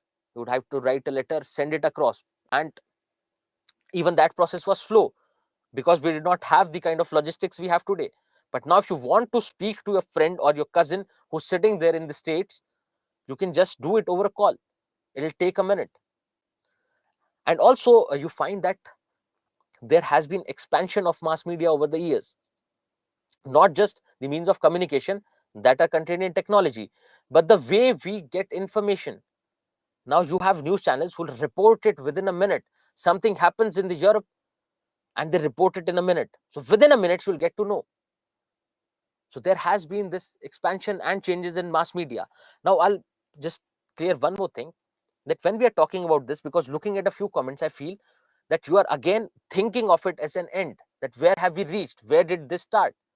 Yes, we do give a cutoff to modernity, but what we have to understand is this is a process that we are getting secularized. We are using more and more logic in our decision making. We are getting more and more urbanized. The democracy is deepening more and more, right? So you have to understand this as a process, that the influence of science and technology is increasing. Because 10 years ago, at least we are not using technology, or 15 years ago, at least we are not using technology in education. Now technology is influencing our education, the way technology is playing a role in healthcare. So it has been increasing. So please try to understand it as a break, it as a process. Then we have setting up of industries, transition from agrarian to industrial economy. Similarly, market oriented approach and commodification. But let's do one thing, because it's time for break. Let's take a break, and after the break, we'll take up these. No need to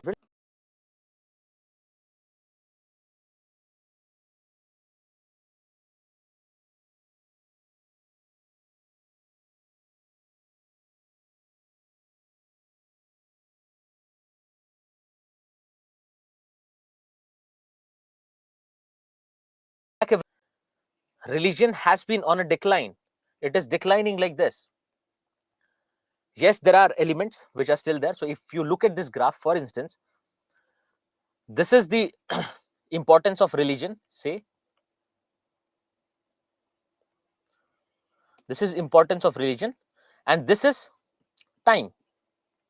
So coming from traditional society where the importance of religion was high, One thing is, it does not mean that all the people were secular. Yes, most of the all the people believed in the importance of religion, but most of the people were inclined towards religion. And even our social structure, our education system, our political system was under the influence of religion, and it has been declining over a period of time. So does that mean that there is no one, absolutely no one, that we are 100% secular and no one believes in religion? No, we still have people who believe in religion, but yes, over the years it has been experiencing a decline. Similarly, yes, we are undergoing a process of rationalization. So please understand it as a process. So rather than democracy, it can be democratization. Now let's look at other factors. So someone had asked a question, and I'll address that as well. I'll address that as well. That can't we write globalization here? Absolutely yes. And it comes with industrialization and the growth of urbanization, and globalization can also be mentioned here. Now let's look at these processes. So if we talk about industrialization, initially we had agrarian setup, then slowly we moved towards industrialization. We industrialized more and more. Role of science and technology increased in the matters of production. We are not doing everything with hands. And again, you'll see that it is uh, uh, again related to status as well, that we generally feel that the ones who are involved in manual labor, we accord them lower status, whereas the ones who do not have to do manual work are being given a better status in the society, for that matter. So we have been undergoing a process of industrialization, which means that the number of industries are going, more and more processes are being taken up through industrialization, wherein we believe in mass production. We produce more and more goods. With industrialization, you can say that there has been a rise in commodification. Commodification basically means uh, uh, treating anyone or treating any person, human, like an object, like a commodity. That means now everything has a value. We attach value to it. We do not just think merely in terms of human values, human emotions, but we look at the utility. What can be the benefit? And on the basis of that utility that one can provide, we attach a value to it. So we attach more value to, say, our scientists. We attach more value to our bureaucrats as compared to others. So this commodification is treating anyone like a commodity and disregarding human values. So yes, we have been undergoing a process of commodification. Similarly, if we think about the traditional societies, we find that it was the role of state when it comes to assigning value or thinking about the price of any product.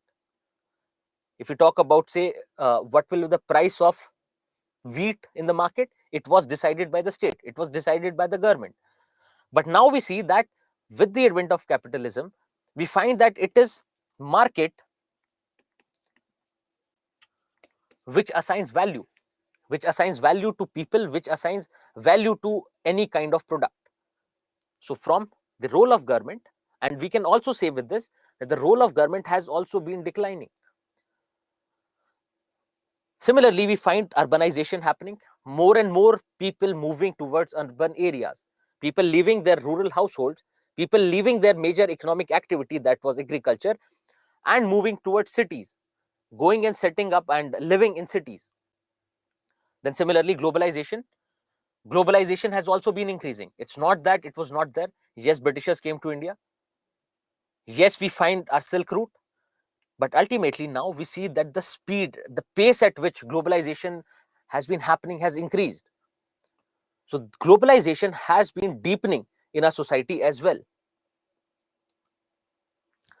Yes, so Bharti is suggesting the ulterior perspective to commodification, and that's good, and that's what is expected of you. So commodification was there as well in the past, in terms of slave trading, in terms of bonded labor, where people were not treated like humans. They were treated as a commodity, traded like a commodity. Now you see that those aspects have also been on decline, but in general we find that we attach a price, we put a price tag on pretty much everything.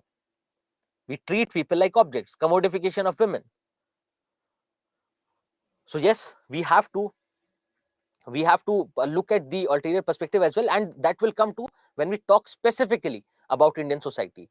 So these were a few aspects of modernity, that what does the term modern entail. Now my question was, what do you think, is Indian society modern or traditional? How do you find that, is another question that will come to. So yes, most of you are saying that India is in a transition phase wherein we are moving from traditional to modern. We are moving from traditional to modern. This is the transition that India is going through. It is a blend of both. If we look at our say aspect of religion, we find that yes, there has been a decline in the importance of religion in our education, in our politics, but at the same time we find that the various religious practices, various rituals that we follow are still based in religion. Think of the way we cremate our dead. Think of the rituals that are being held when a child is born, that those are still based in religion.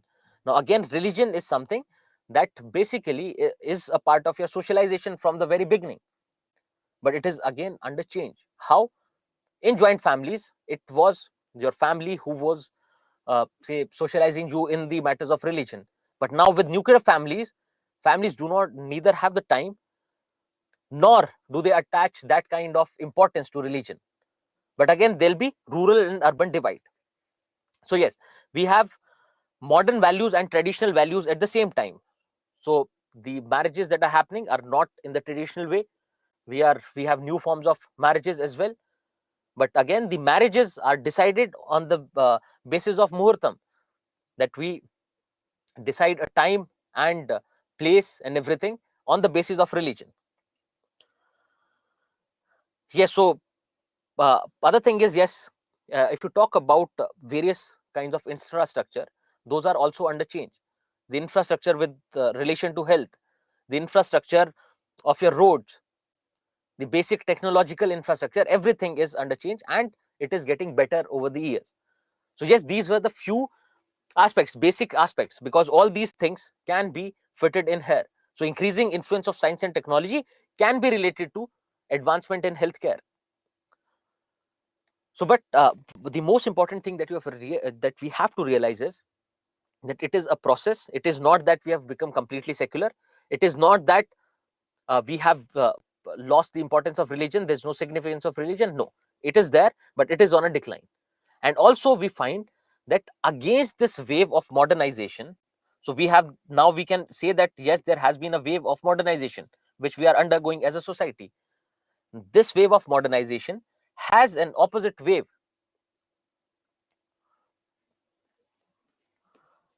of conservatism, that with rise in modernization, people come in as people come, form groups and come against this wave. For example, the way you find the few that a few social groups like Bajrang Dal, etc., they will protest the celebration of Valentine's Day. They'll go around beating at people or chasing people away from public spaces who are celebrating Valentine's Day, because according to them it is a matter, or it is something related to Western culture, and this westernization should not happen. And also herein we talk about westernization as well. Now the basic difference is, if you look at westernization, it also has similar traits like modernization, but the basic difference is, we say that rather than becoming modern, we are becoming Western. Think of the way we dress, and it has more of a cultural connotation to it. Think of the way that we dress. Think of the language that we speak, which is coming directly from the West. And this is what the process of westernization is. Process of westernization says that we are becoming more and more Western rather than modern. So this is not competing, they go hand in hand. But generally, westernization is found to be as one stream of your globalization and modernization. So we say that we are becoming global, we are experiencing newer cultures, but the argument is, rather than experiencing diverse cultures, we are experiencing more of Western culture. So rather than, say, speaking French, that should have become a part, that should have been a part of globalization, experience of new language, we are learning English, which is a Western language. Even though French also, if you talk about Europe, that is also Western, but we talk about westernization and also Americanization, that we are becoming more and more like our uh, American people, that the food habits that we have, the way we behave with each other is becoming more and more Americanized. So you do not have to get confused with these. All you have to see is what are the basic traits. So even if you look at westernization, other traits are going to be similar, because industrialization, secularization, etc., they remain the same. The only difference is with respect to culture, that we are becoming more and more westernized. With this, let's see how to go about it, because this is a very general answer, that if we say that Indian society is under transition, India's society is tending towards modernization, but we have cultural values, we have traditional values there as well. But how do we find out? Just think about this. How do we find out? What we have to do is we have to look at various features of the Indian society and look at the change that is happening in every culture, change that is happening in every social institution. And that is how we can decide whether Indian society is going under transition or not. So what are the various institutions we'll come to. But you have to remember that this is how you structure your answers. Everything is going to be according to the social change that is happening. And we have to remember, to understand that social change, what is the impact of that social change on a particular society, we have to look at various features of the society, because those features of the society constitute what we understand as a society. So if we talk about Indian society, we have various features like religion, diversity, family and marriage, stratification, value system, political system, economy. And this does not just apply to Indian society, it applies to every society. Every society has these features, basic features. So their economic system, their political system, and their social system. Inside their social system, they have various dimensions. Inside their social system, they have a system of religion, they have a system of stratification, they have diversity with respect to their society, and how these features undergo change. Now, what we have to do is to understand Indian society in the light of modernity, to explain how Indian society is undergoing transition, rather than keeping it unstructured, rather than coming up thinking about a particular point and then writing it. It's better to move with the structure, to see what can be the various dimensions of Indian society. It can be your society in general, then it can be your political structure, it can also be your economic structure, and what are the changes that are happening in these features. So let's take them up one by one. Now we will not go into greater detail, because these things are going to be discussed further as well, but let's see. This is just to give you an idea that how do you structure your answers. So now if I say, if you want to look into the changes that have happened to the institution of family, how do you go about it? You try to look into various features of the family, of family as an institution, and then you try to analyze what have been the changes. Similarly, if we say that caste system is undergoing change, and this is something that everyone will agree, that the caste system is undergoing change in the Indian society, how do you go about it?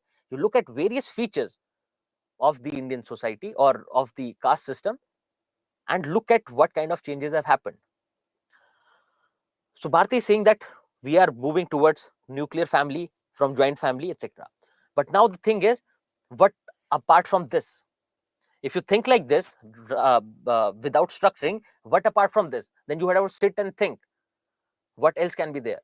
But if you know the features, basic features of your institution of family, you would know that even if we talk about family, the composition is changing in the form of we are becoming more and more nuclear. From a bigger joint family, we are moving towards nuclearization. Family is becoming nuclear. This is with respect to the size of the family.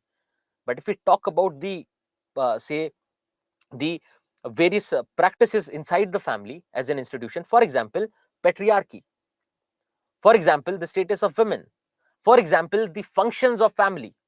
Now, the family has an important function of socializing the children, and we see that in modern society, it is various other institutions which are actually socializing the children rather than family.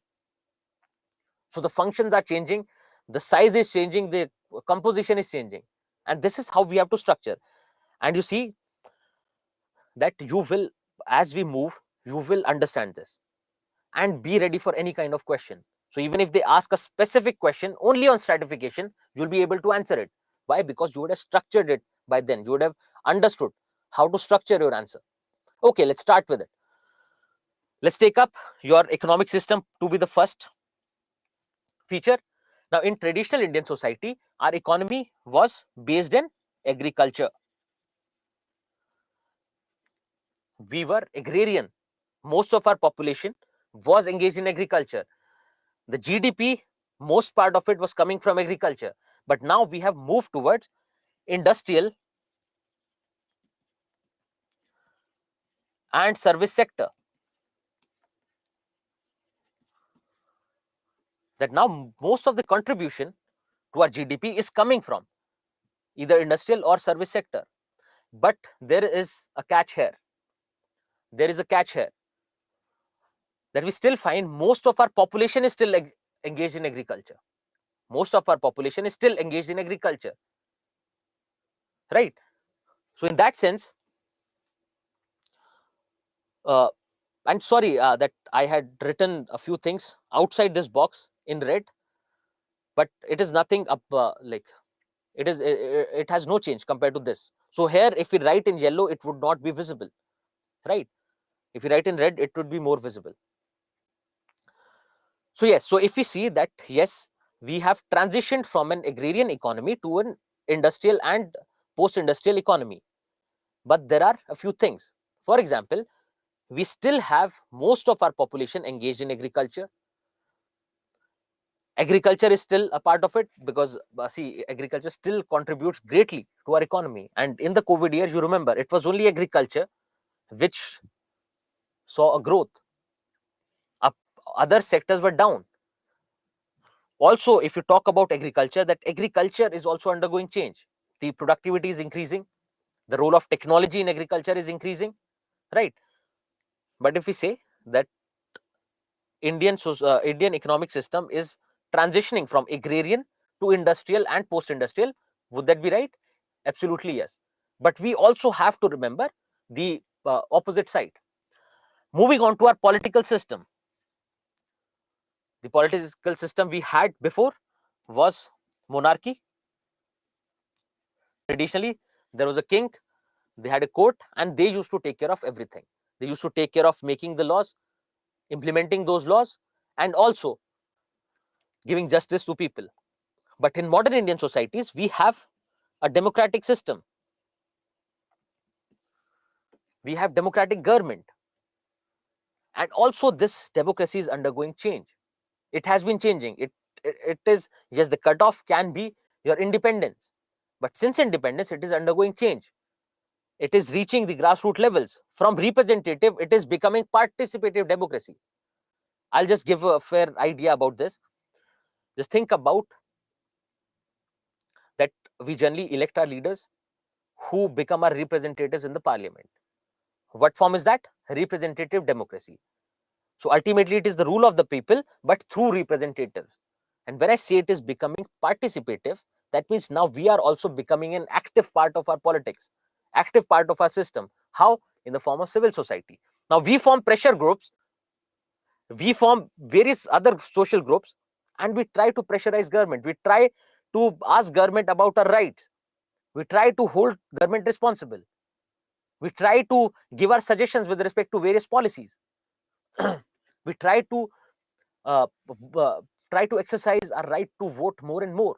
So from representative, we are moving towards participative democracy. But at the same time, you would see with democracy, you will find there is an element of liberty, there is an element of equality, right? Democracy is related to these. You would have read in your preamble that democracy has liberty, in equality, etc., these principles in it. But at the same time, you'll find that state becomes despotic at times. State or the government does not care about your intentions, does not care about your demands. So it was us who created that government. It was us who elected our representatives. For what reason? To take care of us. For what reason? For the welfare of people. But now you see, the more we are modernizing, they are getting out of reach. Now they do not just care about the rights of the people.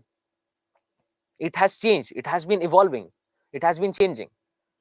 So yes, we have become more democratic compared to the past.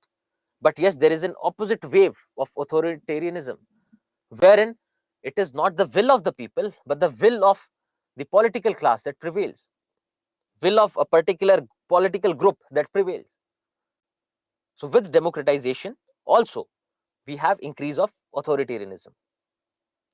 So yes, our democracy is reaching grassroots level. Panchayati Raj institutions are also spreading. There is democratic decentralization going on. Let's move to the value system. What kind of values did we have traditionally? Now, we had values like tolerance in the Indian society. We had values like love in the Indian society. People used to care about each other. People used to believe in cooperation. People used to believe in the power of community, believe in the power of collective. But now we see that we are moving more towards individualism. Now it is one for oneself. If you want to get your rights, if you want to get rid of a problem, it is just you who has to take care.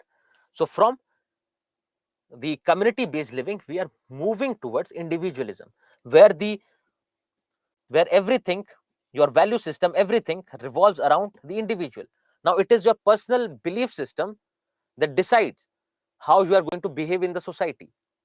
But also at the same time, let me take you a little towards a question. Now, what if I say that tolerance and love have been an important part of our traditional Indian society, and also are an important part of Indian society today, or modern society today? Love and tolerance being important values in the past and being important values today as well. Can we say that?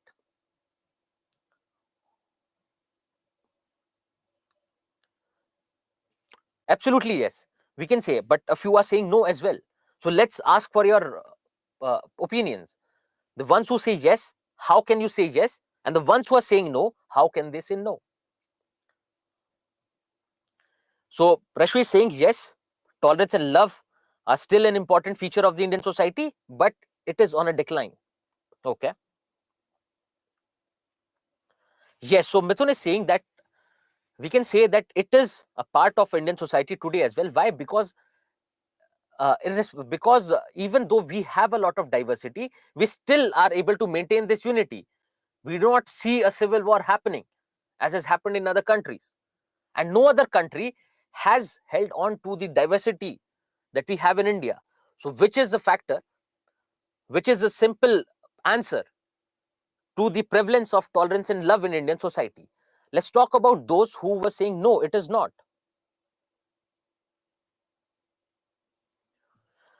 Yes, so Suma is giving an example that look at Manipur issues. Look at the riots that happened in Haryana a couple of days ago. What does that show? It shows that the feeling of tolerance and love, the mutual respect for each other, the mutual respect for others' community is on a decline as well.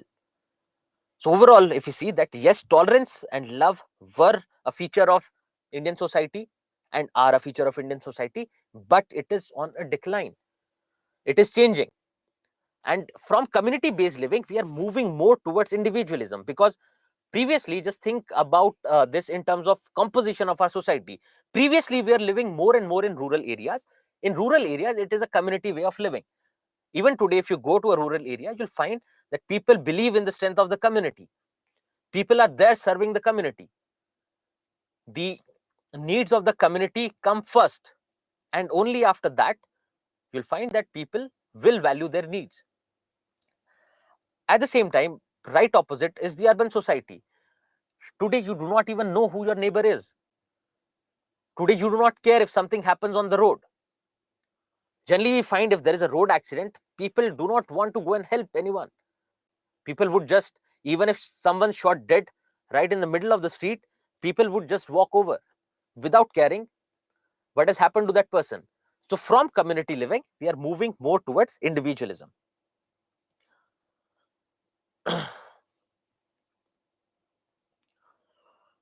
Yes, so Shamil is saying that decline in values of tolerance and love is not modernity. Now understand this, we are not saying it is not modernity. What I'm saying is the value system is changing. The value system is undergoing a change. Yes, the modern values are tolerance and love, because think of it, and this is the right question in the right direction, that we say with modernization, people start treating everyone as equal. People start respecting each other's freedom, which is modern. And if you respect each other's freedom, if you respect if you have a mutual respect for each other, then you are bound to have tolerance and love. But that is not the case. So which is right opposite to modernity. So that's what I wanted to reflect when we say that what is Indian society right now. You see that it is a mix of both. Similarly, if you look at the traditional Indian society, it will have a lot of features that we consider modern. Think about the technological advancements we had in the traditional Indian society. Think about the healthcare practices we had back then. Think about the mutual love and respect for each other. So much so that we have preserved that diversity till today. Think about the small republics we had, wherein it was ultimately the people who were part of the system, of the political system. So I hope you are understanding this. So you have to understand the dichotomy. You have to understand that there'll be ironies. At the same time, we'll say it is modern, but if looking at from another angle, we'll find that no, it is traditional as well. And this is the idea of social issues. This is the idea of Indian society and sociology in general, that you look at everything from a bird's eye view. If you if something is here, rather than looking from here or here, you go above it, come on the top and look at it, so that you have a clearer picture. Yes, it would not be complete. Yes, it'll still be biased, it'll still be partial, because you cannot see all the aspects, but at least it will be towards neutrality. It will be more say it will be less biased compared to the general views that we have. So this is an exercise to open you up for our upcoming discussions, so that you understand everything, because it will become easier and easier as we move forward. And that's why we are taking it a little slow right now. Now let's talk about the system of stratification.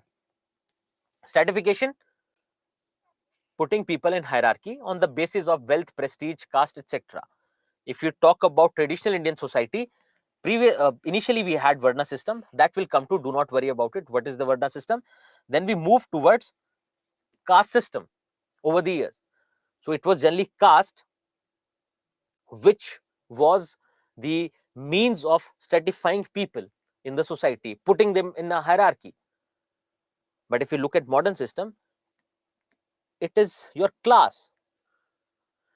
It is the occupation that you are doing. It is the wealth that you have. And on the basis of that, and your prestige, and on the basis of that, we put people in hierarchy. And caste does not matter as such. But if you look closely, you'll find that your class has overlaps with caste. And we'll explain this, do not worry. Just keep this idea in your mind, because this will be answered when we talk about caste system. Class has overlaps with caste, and also caste system has not declined completely. It is still your caste, which on the basis of which you are put in a hierarchy, on the basis of which our society is still fragmented. Similarly, if we talk about Varna and caste in the past, you see that your Varna system was completely based in class. It was the work that you were doing on the basis of which you were put in that hierarchy. So yes, there was prevalence of class. Similarly, your caste decided your class in the past. On the basis of your caste, you will be restricted to a particular occupation which you have to take on for life and for generations. That adds to your class. So class has more to do with, if some of you might not have understood, class has more to do with the economic aspect, the wealth that you have, the kind of occupation that you are into. So the system of stratification is moving more towards class. But we find that the caste system has not declined completely. And also there was this class system in the past as well, because your entire system of stratification was basically based in class. Your Varna system was based in class. Let's look at another institution, that is of family and marriage. Think about family first. If you think about family, let's leave the technical jargons. Think about family, the size of the family. Generally, we had bigger family sizes. Then the bonds that we had in the family, who is important, who is not. Then who exercised the power, who exercised the authority in the family. If you see this, it was generally the male members and the eldest male members of the family who exercised authority in the family. It was women who were treated, who were not treated at par with the men or the male members of the family. Similarly, the bonds were stronger. The sibling bonds were stronger back then. But now if you see that families have, the size of the family has decreased. Now from joint family, we have moved towards nuclear family. And with that, you find that you might not even have a good bond with your cousins. If some of you might have grown up in joint family, you would see it was generally your cousins, it was generally your elderly, your grandfather, your grandmother, with whom you used to spend most of your time, and you used to love it. But now there are chances that you would not even give them a call in 2 years or so. So the bonds are also changing. Similarly, the system of patriarchy that was there, now think of a nuclear household in a city. Do you think it is only the male member who takes the decision? Do you think it is only the eldest member who takes a decision? Take an example. If in your family, if you are staying in a nuclear family, if you have to buy a car, what will happen? The family will start having discussion. The father will ask the son or the daughter, which according to you is the best car? And they'll say that these cars can be chosen. So taking in account the views of the young as well. Similarly, then your father and mother will have a discussion that what is our budget? Which car out of this can we afford? Again, egalitarian. So now it is not stratified just on the base of gender and age. Now things are becoming more and more egalitarian. Also, if you talk about various types of families, you find a lot of new families coming up, lot of new types of families coming up. Can you give an example apart from live-in relationship, which has been mentioned? Can you give another example of a new kind of family? Now, this live-in relationship can be related to marriage as well. So, in marriage, where it was between, it used to happen. Now, without the bond of marriage, people are living together. So, single parent families, great.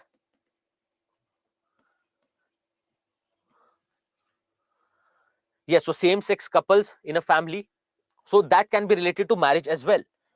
So, if we talk about marriage, previously it was understood to be a relationship between a male and a female. Now it can be any gender for that matter. Now you need not necessarily get married to live together. You have live-in relationships. Now we have more and more number of, and if you see that the number of single parent families are also on the rise. Single mother and children. Single father and children, they are also on a rise that were not seen traditionally. Also, if you talk about, okay, let's explain egalitarian. Egalitarian means considering everyone equal. Simple terms, considering everyone equal. Now, in a family, previously where it was the will of the male members that used to prevail, now they take views from everyone. Now it is everyone's decision. It is a collective decision. So everyone is treated equal and they take that decision. So everyone has equal rights, everyone has equal obligations. That is what egalitarian means. And you need not go in all these words. You can write it as simply as you can. Wherever the words will become important, I'll let you know. But otherwise, you can write it as simply as you can. Now, also think about the function of these institutions. If you talk about function, now one of the function was of marriage was procreation, was giving birth. Now you find a lot of families who do not have any children. Single, that is your nuclear families where you have only the husband and the wife and no children. Then yes, you have again, yes, divorces. Previously, it was considered, particularly in according to Hindu society, it was considered that divorce cannot happen. If once you get married, you are married for life and for generations to come. So it was an intergenerational bond. But now divorces are becoming common. Adoption is becoming common. Because if we talk about procreation, it was in the same blood lineage. Now you adopt children as well. You go for surrogate children. Marriage was, yes, considered as sacred. Now it is not. Now it is contractual. And we will come to the finer dimensions of it. Now we will come to the finer dimensions of it when we discuss these institutions. So this was just to give you a basic idea. But can we say that we do not have any joint families now? No, we cannot. We do have joint families, not just in rural areas, but in urban areas as well. Similarly, has the function of the family or your marriage completely changed? No. There have been changes, but it is still there. And we'll come to all those aspects when we discuss these institutions. So Rashmi is asking, can we say that modernity has led to a decrease in the patriarchal nature of our society? And this will be answered to a great extent when we discuss women. But understand, yes, the patriarchal norms have been on a decline for years now. But still, there are a lot of issues. Do you think that women have an equal status? Women have an equal status compared to men right now? And you would say that you'll find a lot of anomalies with respect to that, and that will be discussed. Do not worry, that will be discussed when we discuss role of women. How in traditional society class determined caste? Okay, let me make it simple for you. So we were talking about class in terms of varna. What was your varna system? Varna system used to say that whatever occupation you take up, on the basis of that, you'll fall in one of these four varnas. Those four varnas were Brahmin, Kshatriya, Vaishya, Shudra. And that will come to, need not remember, that will come to in caste system. So on the basis of your work, on the basis of your occupation, you'll fall in one of these varnas, which ultimately got crystallized in the form of caste system. But otherwise, it was your class, it was your occupation that was determining. And also, your caste determined your class. Also, your caste determined your class. Because if you're coming from a so-called lower caste, you would be made to take up manual labor. Do you think it is as remunerative as taking up the position of a king or taking up a good position in the court of the king? No, it was not. So your caste also decided your class. That is how you find a relationship between the both, and we'll come to varna, caste system, class system. That is going to be our next chapter, next part. Then yes, no, you're still suggesting, and that's great, that you can relate monogamy to modernity, that you find polygamy has been on a decline with modernity. Need not remember right now, we'll come to it. But just addressing, just acknowledging the comments of others. The others are also trying. So the age of marriage has changed. Lovely. Great. So these aspects we will see, but all we have to understand is that these institutions are undergoing a change. Then you think about diversity. Think about diversity. Think about your uh, religious, your linguistic, your cultural diversity. In the traditional Indian society, yes, we had diversity. We had people from various regions. We had a lot of linguistic groups. People were speaking a lot of dialects. And yes, we were diverse. But in modern times, with globalization, we see that we are picking up new languages. Now, French is being taught in your schools. There are people who are picking up Spanish. A lot of us are speaking English. So we can say that the diversity till that extent has increased.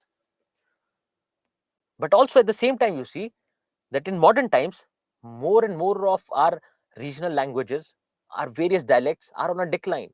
They are being lost because of the use of these universal languages. Because of use of English, now you'll find that you more often speak in English even at home compared to what you did previously. So globalization has to that extent decreased diversity. And we are not going to all the aspects of globalization because it is a separate chapter and everything will be dealt there in a very structured manner. But think about it. So diversity, we can say, has increased in modern times, but also we register a decline in terms of our various practices, in terms of our various cultural practices, right? Also, if you see, if we talk about religion, traditionally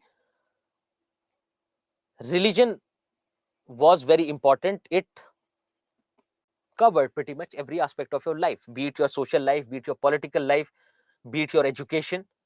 Every norm was decided by religion. But now we see that we are under the forces of secularization, that we are becoming more and more secular. Our education is becoming secular. Secular is something that is devoid of religion. Understand secular as devoid of religion. That means apart from religion, what other things? Now your education, when I say is secular, that means it is not based in religion and it is based in science. It is based in logic. It is based on what kind of skills one should have to get a job. So it is becoming more and more secular. Yes, so religion is something very private and nothing can be devoid of religion for that matter, because even our various social practices are based in religion. Even if we talk about the modern education system, it is also being derived from religion, because now it is a religion which is also undergoing a change. Think about this. Our religion is also undergoing a change. We had various practices like sati pratha, etc. in the past. Those have changed. Similarly, the basic values we used to attach to religion have also been changing. So yes, you can say that no one for that matter can be devoid of religion. And even our education, if we talk about rationalism today, if we talk about our rationalization, we see that it is also based in religion. If we talk about say the way we conduct our, say, classes or education, it is also has an element of religion in it. And you can think about it. Respecting your elders was generally taught to you by your religion, but you are following it as a modern rational principle. So yes, whatever conduct we are having today has an element of religion in it. And that is not an issue, because what we have to understand is declining role of religion in various aspects of life. Yes, a lot of things will be directly coming from religion, that our religion is changing because now every religion has a need, has a necessity for them to exist, have a necessity to sound modern, to work on rational principles.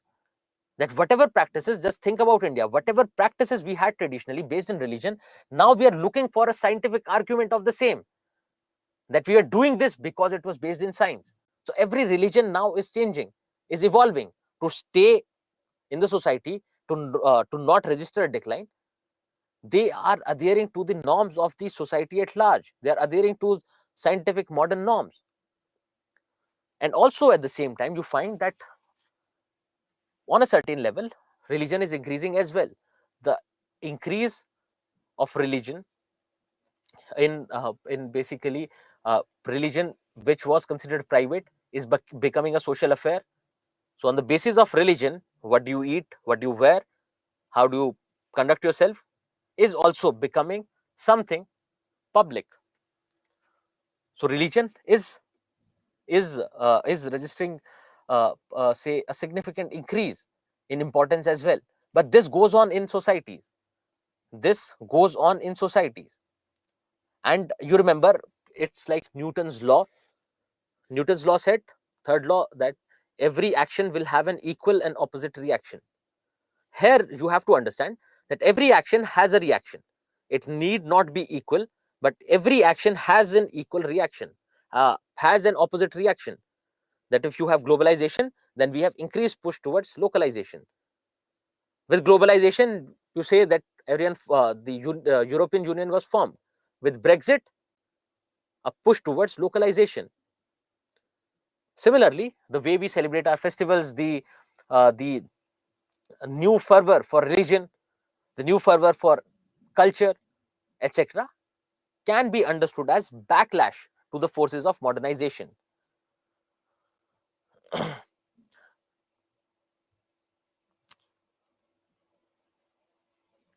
Okay, so Devansh is asking, is modernity subjective? So one thing is, yes, it is subjective.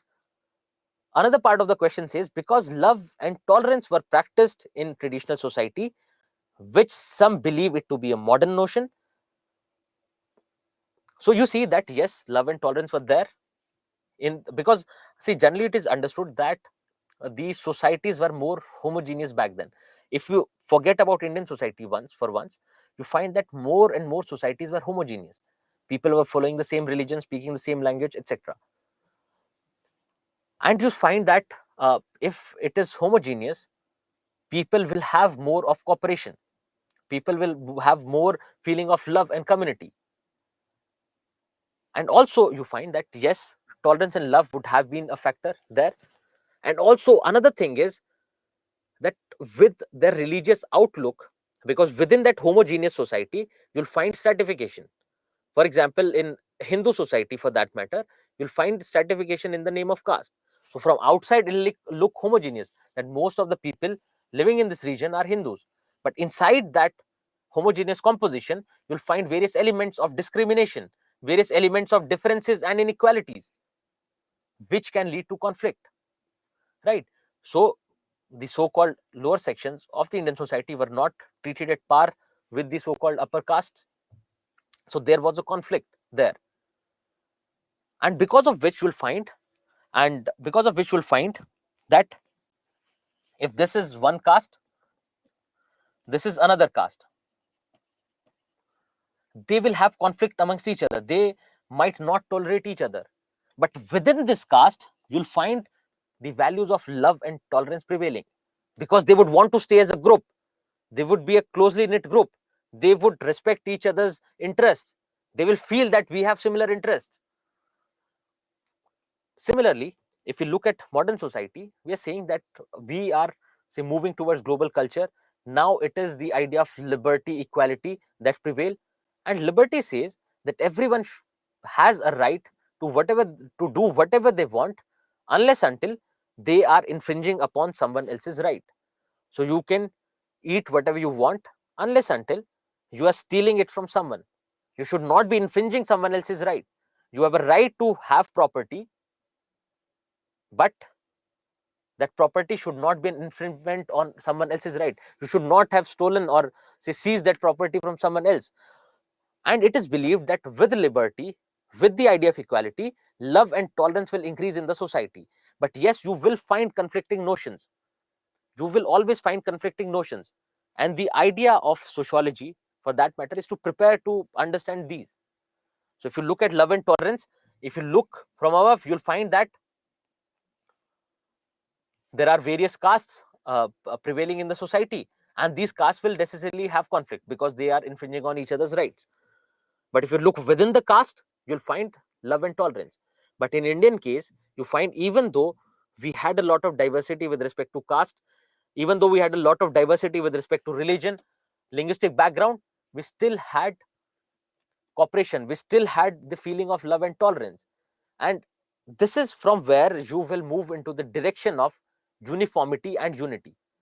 And when we discuss diversity, you'll see that we are also going to ask us very important question, that whether uniformity necessarily leads to unity, or whether diversity is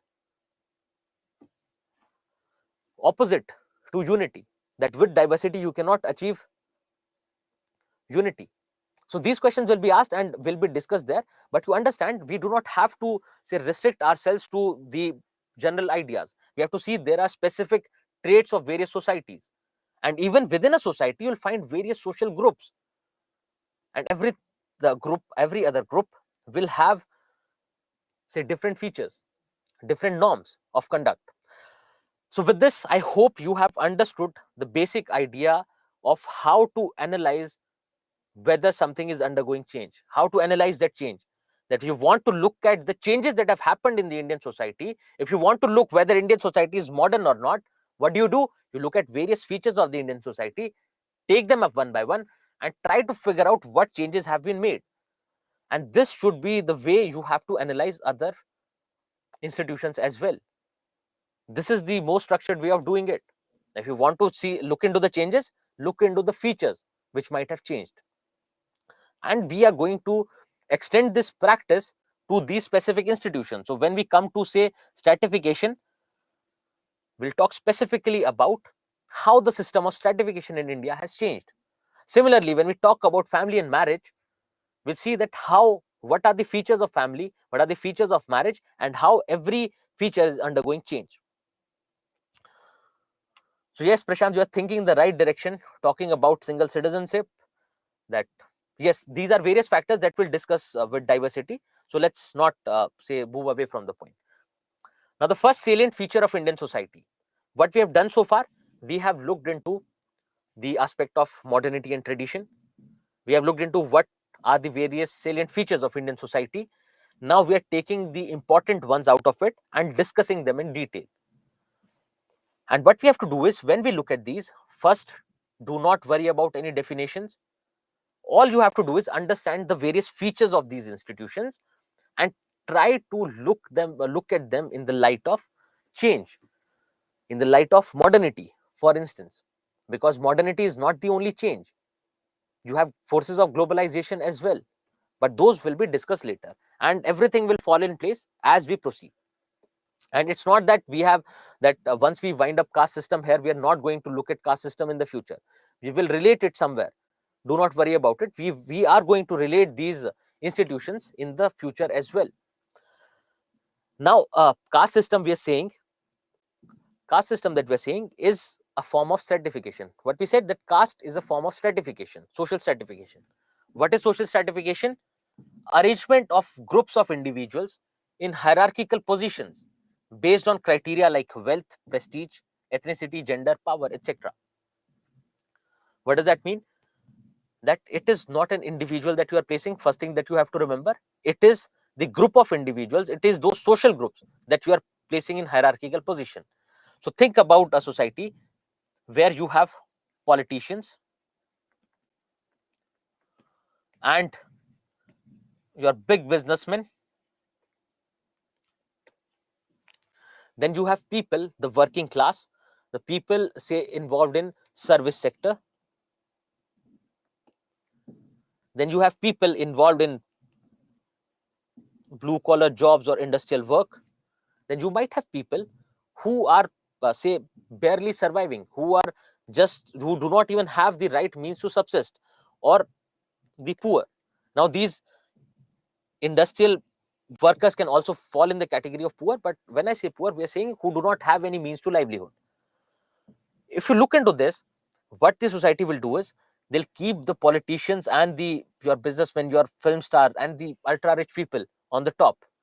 Then will come your middle class and upper middle class, wherein you have people involved in service sector who have a decent income, who have a good family income.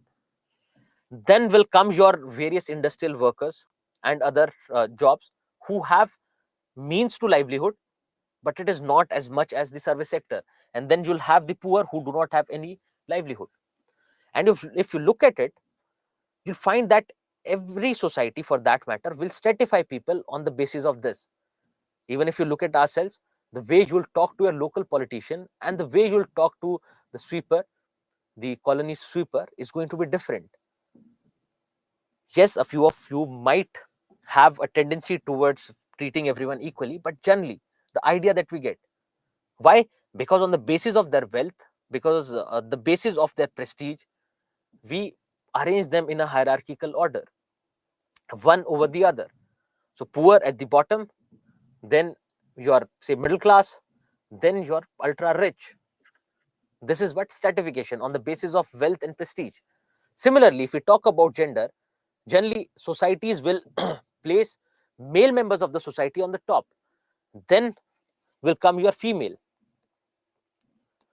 And post that, you find your third gender, the transgenders, that they are generally accorded the lowest position in the hierarchy. Again, if you talk about caste, we say, if you talk about caste, we say that the Brahmins come on the top, then come your Kshatriyas, Vaishyas, and Shudras. So Brahmins will be considered to be the purest for that matter, and the purity will decrease in the descending trend. So every society for that matter will have a way of stratifying. And it is not just one stratification that will happen. Every society will stratify on the basis of various criteria. So if you look at Indian society, you'll understand that we place people in hierarchies on the basis of their caste, also on the basis of their wealth, on the basis of their gender. So it is not just not that every society will be limited to one type of stratification. No, they'll have multiple forms of stratification. In India, you'll find more number. That is it, because of our caste system. Yes, so it is similar to the clergy and nobility layers of the French society that you read as a background to your French Revolution. Yes, so why are we not using these terms? Shamil, is we do not have to get into the domain of sociology, even though you would have seen that we are understanding the same concept, but we are not using any technical jargons. At times, you'll find me taking directly from Durkheim, from Weber, from Marx, but we are not going to use those names. Names of the thinkers are not important. The only important part is the concept. And also, they would not ask you the definitions. What is the definition of stratification, for instance?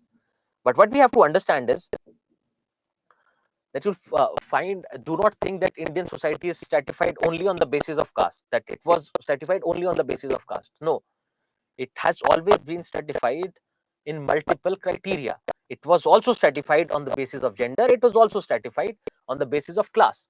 And yes, we will come to what class is, what caste is. Now, one of the say salient feature, or one of the different criteria that the Indian society has and had, was caste system. Because caste system was there only in this subcontinent. That yes, others were also stratifying people, other societies were also stratifying people on various criteria, but caste is a criteria that was there in India. Now, what is this caste system? The caste system is the arrangement of various social groups, is an arrangement of division of labor, is an arrangement of inequality and hierarchy. And we will come to this. Just understand simply, the Indian society was stratified, was put in various social groups were put in a hierarchical manner on the basis of their caste. What is this caste? This caste is directly derived from religion. So one idea was that your caste, and you do not have to go into that idea, that one idea was that because it was prevalent in Hindus. Yes, it passed on to other religions as well, but it was in Hindus. So according to the religion, that caste comes from the part, the body part of one of the gods from where you come. that you are coming from the head, you are considered Brahmin. If you're coming from the legs, you're considered, or if you're coming below the legs, you're coming, you'll fall in Shudras. But you do not need to remember this religious criteria. What you have to remember is that it was more of an arrangement of division of labor. So every caste was specified a particular task. They had a particular role to play in the society. So if you are coming from a Brahmin family, you were expected to take up the work of a Brahmin, that is that of a priest, that of a teacher, for instance. Similarly, if you're coming from a Kshatriya family, you are expected to take up matters of war. You are expected to take up the security of the society or your nation. Then if you're coming as a Vaishya, if you are born in a Vaishya family, then you are expected to take up business. Also, if you are coming as a Shudra, you are expected to do manual labor. So on the basis of this, on the basis of your work, the system, the Indian society was stratified. There was a segmental division that you have Brahmins, and I believe that most of you would be aware of this system. Then you have Kshatriyas, Vaishyas, and finally Shudras. So the Brahmins were supposed to take up the work of, say, for example, priest. And Kshatriyas were in the matter of security. They were the rulers. They were the ones who will go out in wars. Then your Vaishyas will take up business, and your Shudras will support all the three castes. The Shudras will basically your service providers.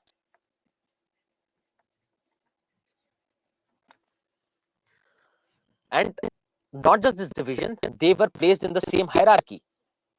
So the Brahmins were considered to be on the top, and the Shudras was considered to be at the bottom.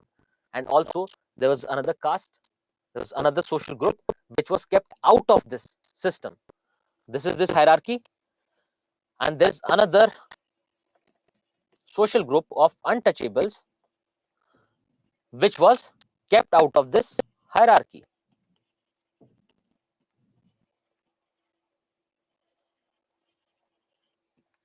And we will come to the finer details of it, because there are a lot of changes, there are a lot of conceptions and misconceptions with respect to caste system that will come to ultimately. But let's understand the basic thing. Now, one thing, it is a system of arrangement of various social groups in hierarchy. These social groups have a specific work, so it can be said that there is division of labor. And then there are other features as well. Every caste, the entire caste system has a particular norm, and within that, every caste has different norms, have different rules. Let's look into everything, every feature one by one. Starting from the basic segmental division of society. What is this? That we have divided the society in various castes, in various segments. We have Brahmins, we have Kshatriyas, we have Vaishyas, we have Shudras. So what is that? That is basically the segmental division of society. Then you see that not just division, not that we have divided the society in various castes, but we are also placing them in a hierarchy. The hierarchy of Brahmins, Kshatriyas, Vaishyas, and Shudras. They are also placed in a hierarchy. So Brahmins are considered to be on the top, and then you have Shudras at the bottom. And all this is happening on the basis of religion. The basic ground is religion, that the Brahmins are considered to be religiously the purest. And as you go down, there is an element of pollution that is added on every level. So this concept of purity and pollution is coming directly from religion. So we can say that your caste system was based in religion, for that matter. So understand this, when you talk about caste system, it is a segmental division of the society which arranges various social groups in a hierarchical manner on the basis of purity and pollution. So the Brahmins are considered to be the purest, and your Shudras are considered to be, and the level of purity decreases as you go down. So I hope you understand what is hierarchy and what is the segmental division. Yes, so Shudras as the ones involved in maintenance or basically providing various services to the other system.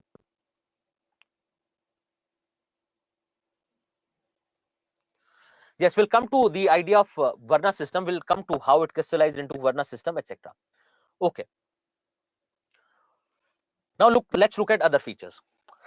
On the basis of your birth, you'll get your membership. That means if you're born in a Brahmin family, you'll be accorded the status of a Brahmin.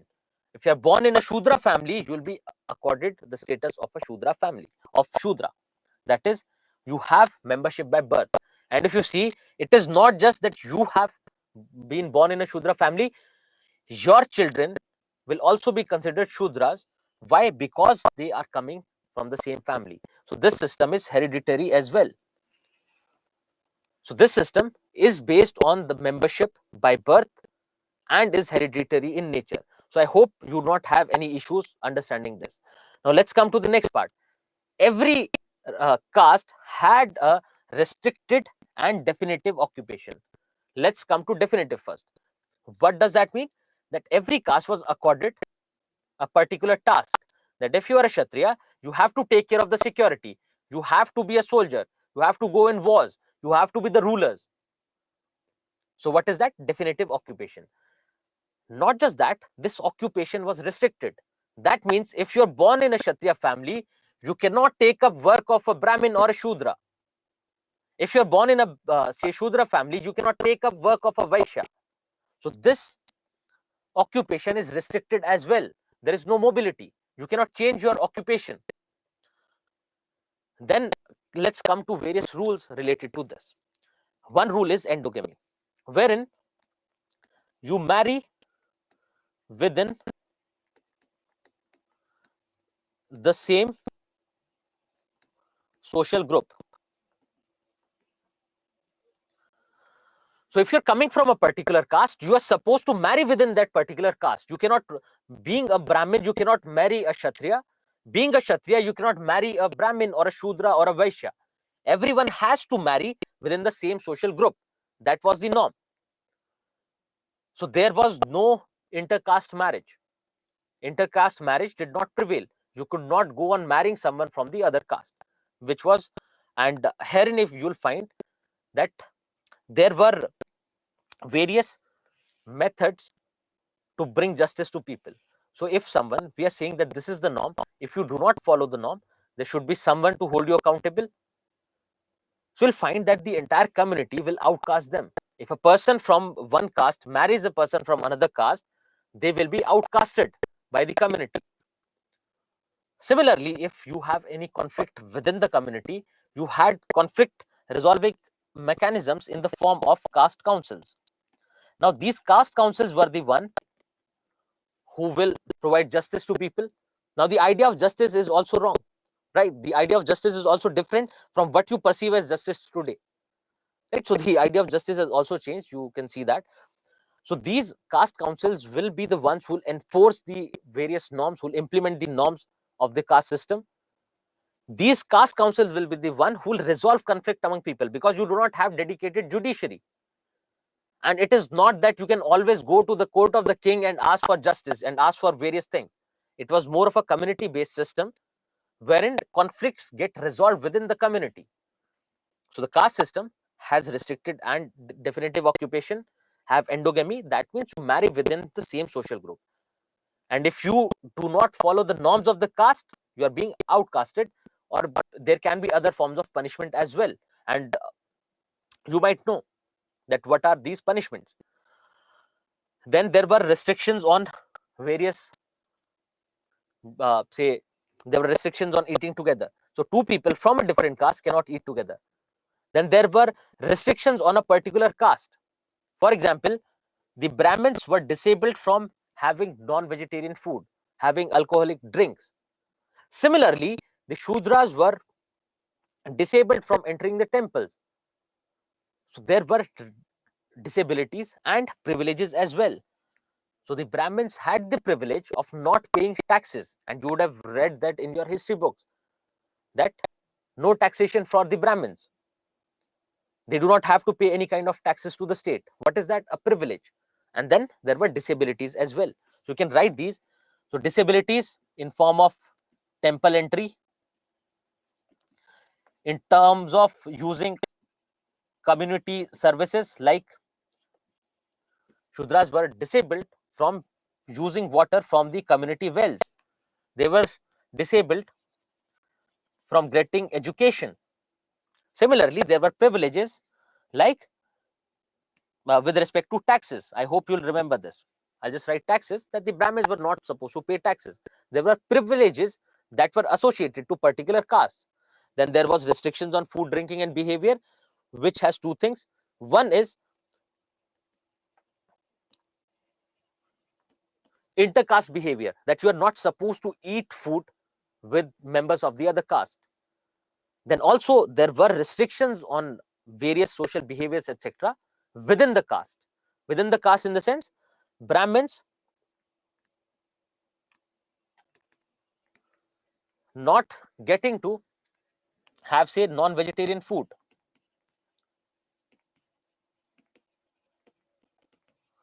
which is a form of disability and also restriction on their social behavior. Similarly, you would have heard about untouchables, that they were not supposed to come out during the dusk and the dawn. That means during your sunrise and sunset.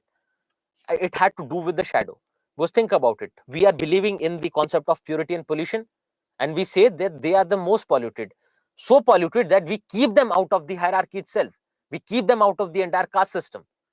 And if they're so polluted, even their shadow can pollute other members of the society. And if you see that, they definitely needed each other. There was interdependence amongst caste, because you have one particular caste taking up a particular function. So the Brahmins will need the Shudras will need the Vaishyas will need Kshatriyas for their security, etc. So there was interdependence. And also these untouchables were also, part of this the system of interdependence, that they'll be the ones who'll do your menial jobs. They'll be the ones who'll say, clean your sewage, for instance. And you would have seen that manual scavenging, etc., were widely prevalent in the traditional Indian society. But now they pollute as well, according to the system, that their shadow will also pollute. And during the sunrise and the sunset, you'll see basic scientific norms, that the size of the shadow will be the largest during sunrise and sunset, because it is not on the top, the sun is not on the top, it is on the either side. If it is on this side, it'll cast a bigger shadow on the other side.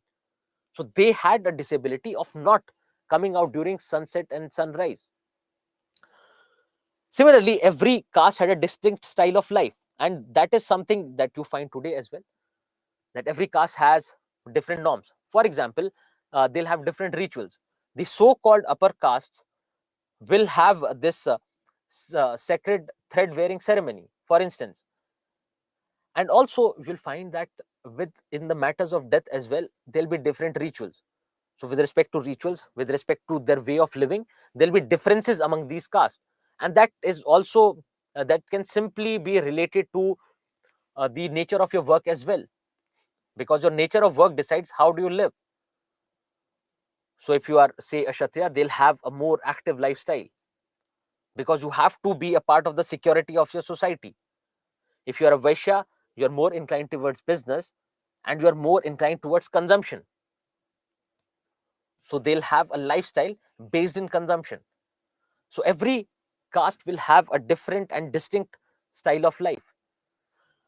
Then also there are local and regional differences. Now this is the important part, because now, till now, what we are saying, that these were the various features of caste system, and you can find that there is say, homogeneity with respect to these features if you look at caste system. But when we say, think about this, when we say that the Maithili and the Bengali Brahmins have been eating fish traditionally, what happens to this restriction on non-vegetarian food for Brahmins? Then also you'll find that the four the fourfold stratification that we've seen in the caste system is actually something, it has something to do with Varna system. This is basically the stratification of Varna system. And caste system has a lot of castes inside this. So, for example, the overall Varna system remains the same. Brahmins remain on the top, Shudras remain on the bottom. Then you'll find that within these Brahmins, you have various kinds of Brahmins. You have, say, on the basis of their clan, on the basis of the region, you have different kinds of Brahmins. Similarly, you have various kinds of Kshatriyas, and you have difference. So, for example, in Rajasthan, you will call Rajputs as Kshatriyas, and even within that, you have various subcastes. Similarly, in the south, if you go, you will talk about Shettis as Kshatriyas, because they were the ones who were involved in security. So there are a lot of regional differences, and it is just fourfold classification that I have told you, but you'll find that you have more than 4,000 castes in India, and the regional difference is so that within you'll find that the say castes like Gaudas that are there in Karnataka are not found in the north. Similarly, Reddis are not found in the north. At the same time, you'll find, say, your Jats are not found in the south. So there are a lot of regional differences, and there are a lot of regional differences with respect to stratification. So the overall Varna stratification remains the same. Brahmins on the top, Kshatriyas, Vaishyas, and Brahmins. But within these castes, you'll have multiple subcastes, and there'll be regional variations. In one place, there can be one caste which is considered on top, and it has generally more to do with your socio-economic background. So you'll find that, for instance, even though Jats are agricultural castes, right, they were involved in services, but you'll find that in Haryana, they have a better position compared to various other castes.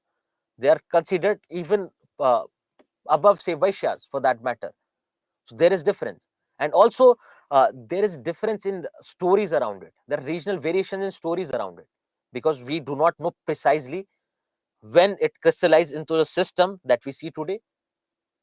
But we see that a lot of changes have been happening. So the rise of the middle caste. So the erstwhile agricultural castes, which were considered to be Shudras, have come on top, have, if not on top, but they have been mobile. They have increased their status with their increasing socioeconomic status. And this can be accorded to, for example, Green Revolution. With Green Revolution, a lot of agricultural castes gained a lot of wealth. With that, their position automatically improved in the society. So there are a lot of local and regional differences, and we will discuss these differences and everything in detail, but we will take it up tomorrow. And what we'll do is, we will compare the caste system with the Varna system that was there, and we'll also look at the transition, because you see that from Varna system we move to caste system, and ultimately the caste system is giving way to class system. But all of that will be dealt in tomorrow's class. What I expect you to do is, take up this PPT, revise everything, start making notes as well, because it is better you do it right away. Do not wait for later. You start making notes, and make your notes like this. So you have, say, endogamy. Just write briefly what is endogamy. That the person is not supposed to marry outside their caste, for instance. Do not make very detailed notes, because it will become a task for you at a later stage to revise from these notes. So it is better you write simply, you write in short and synoptic manner, so that once you read, even looking at a keyword, you'll be able to understand. And trust me, if you revise it once or twice, everything will fall in place. The entire structure will, you'll get it by hearted, and would not be a problem. You would not have to remember a lot. Okay, so with this, let's conclude the session for today, and we will meet tomorrow. I expect you to revise it and come, and we will proceed our discussion here on. So thank you, everyone. Thanks for your patience, and do let me know if you have any problems. And the email ID is,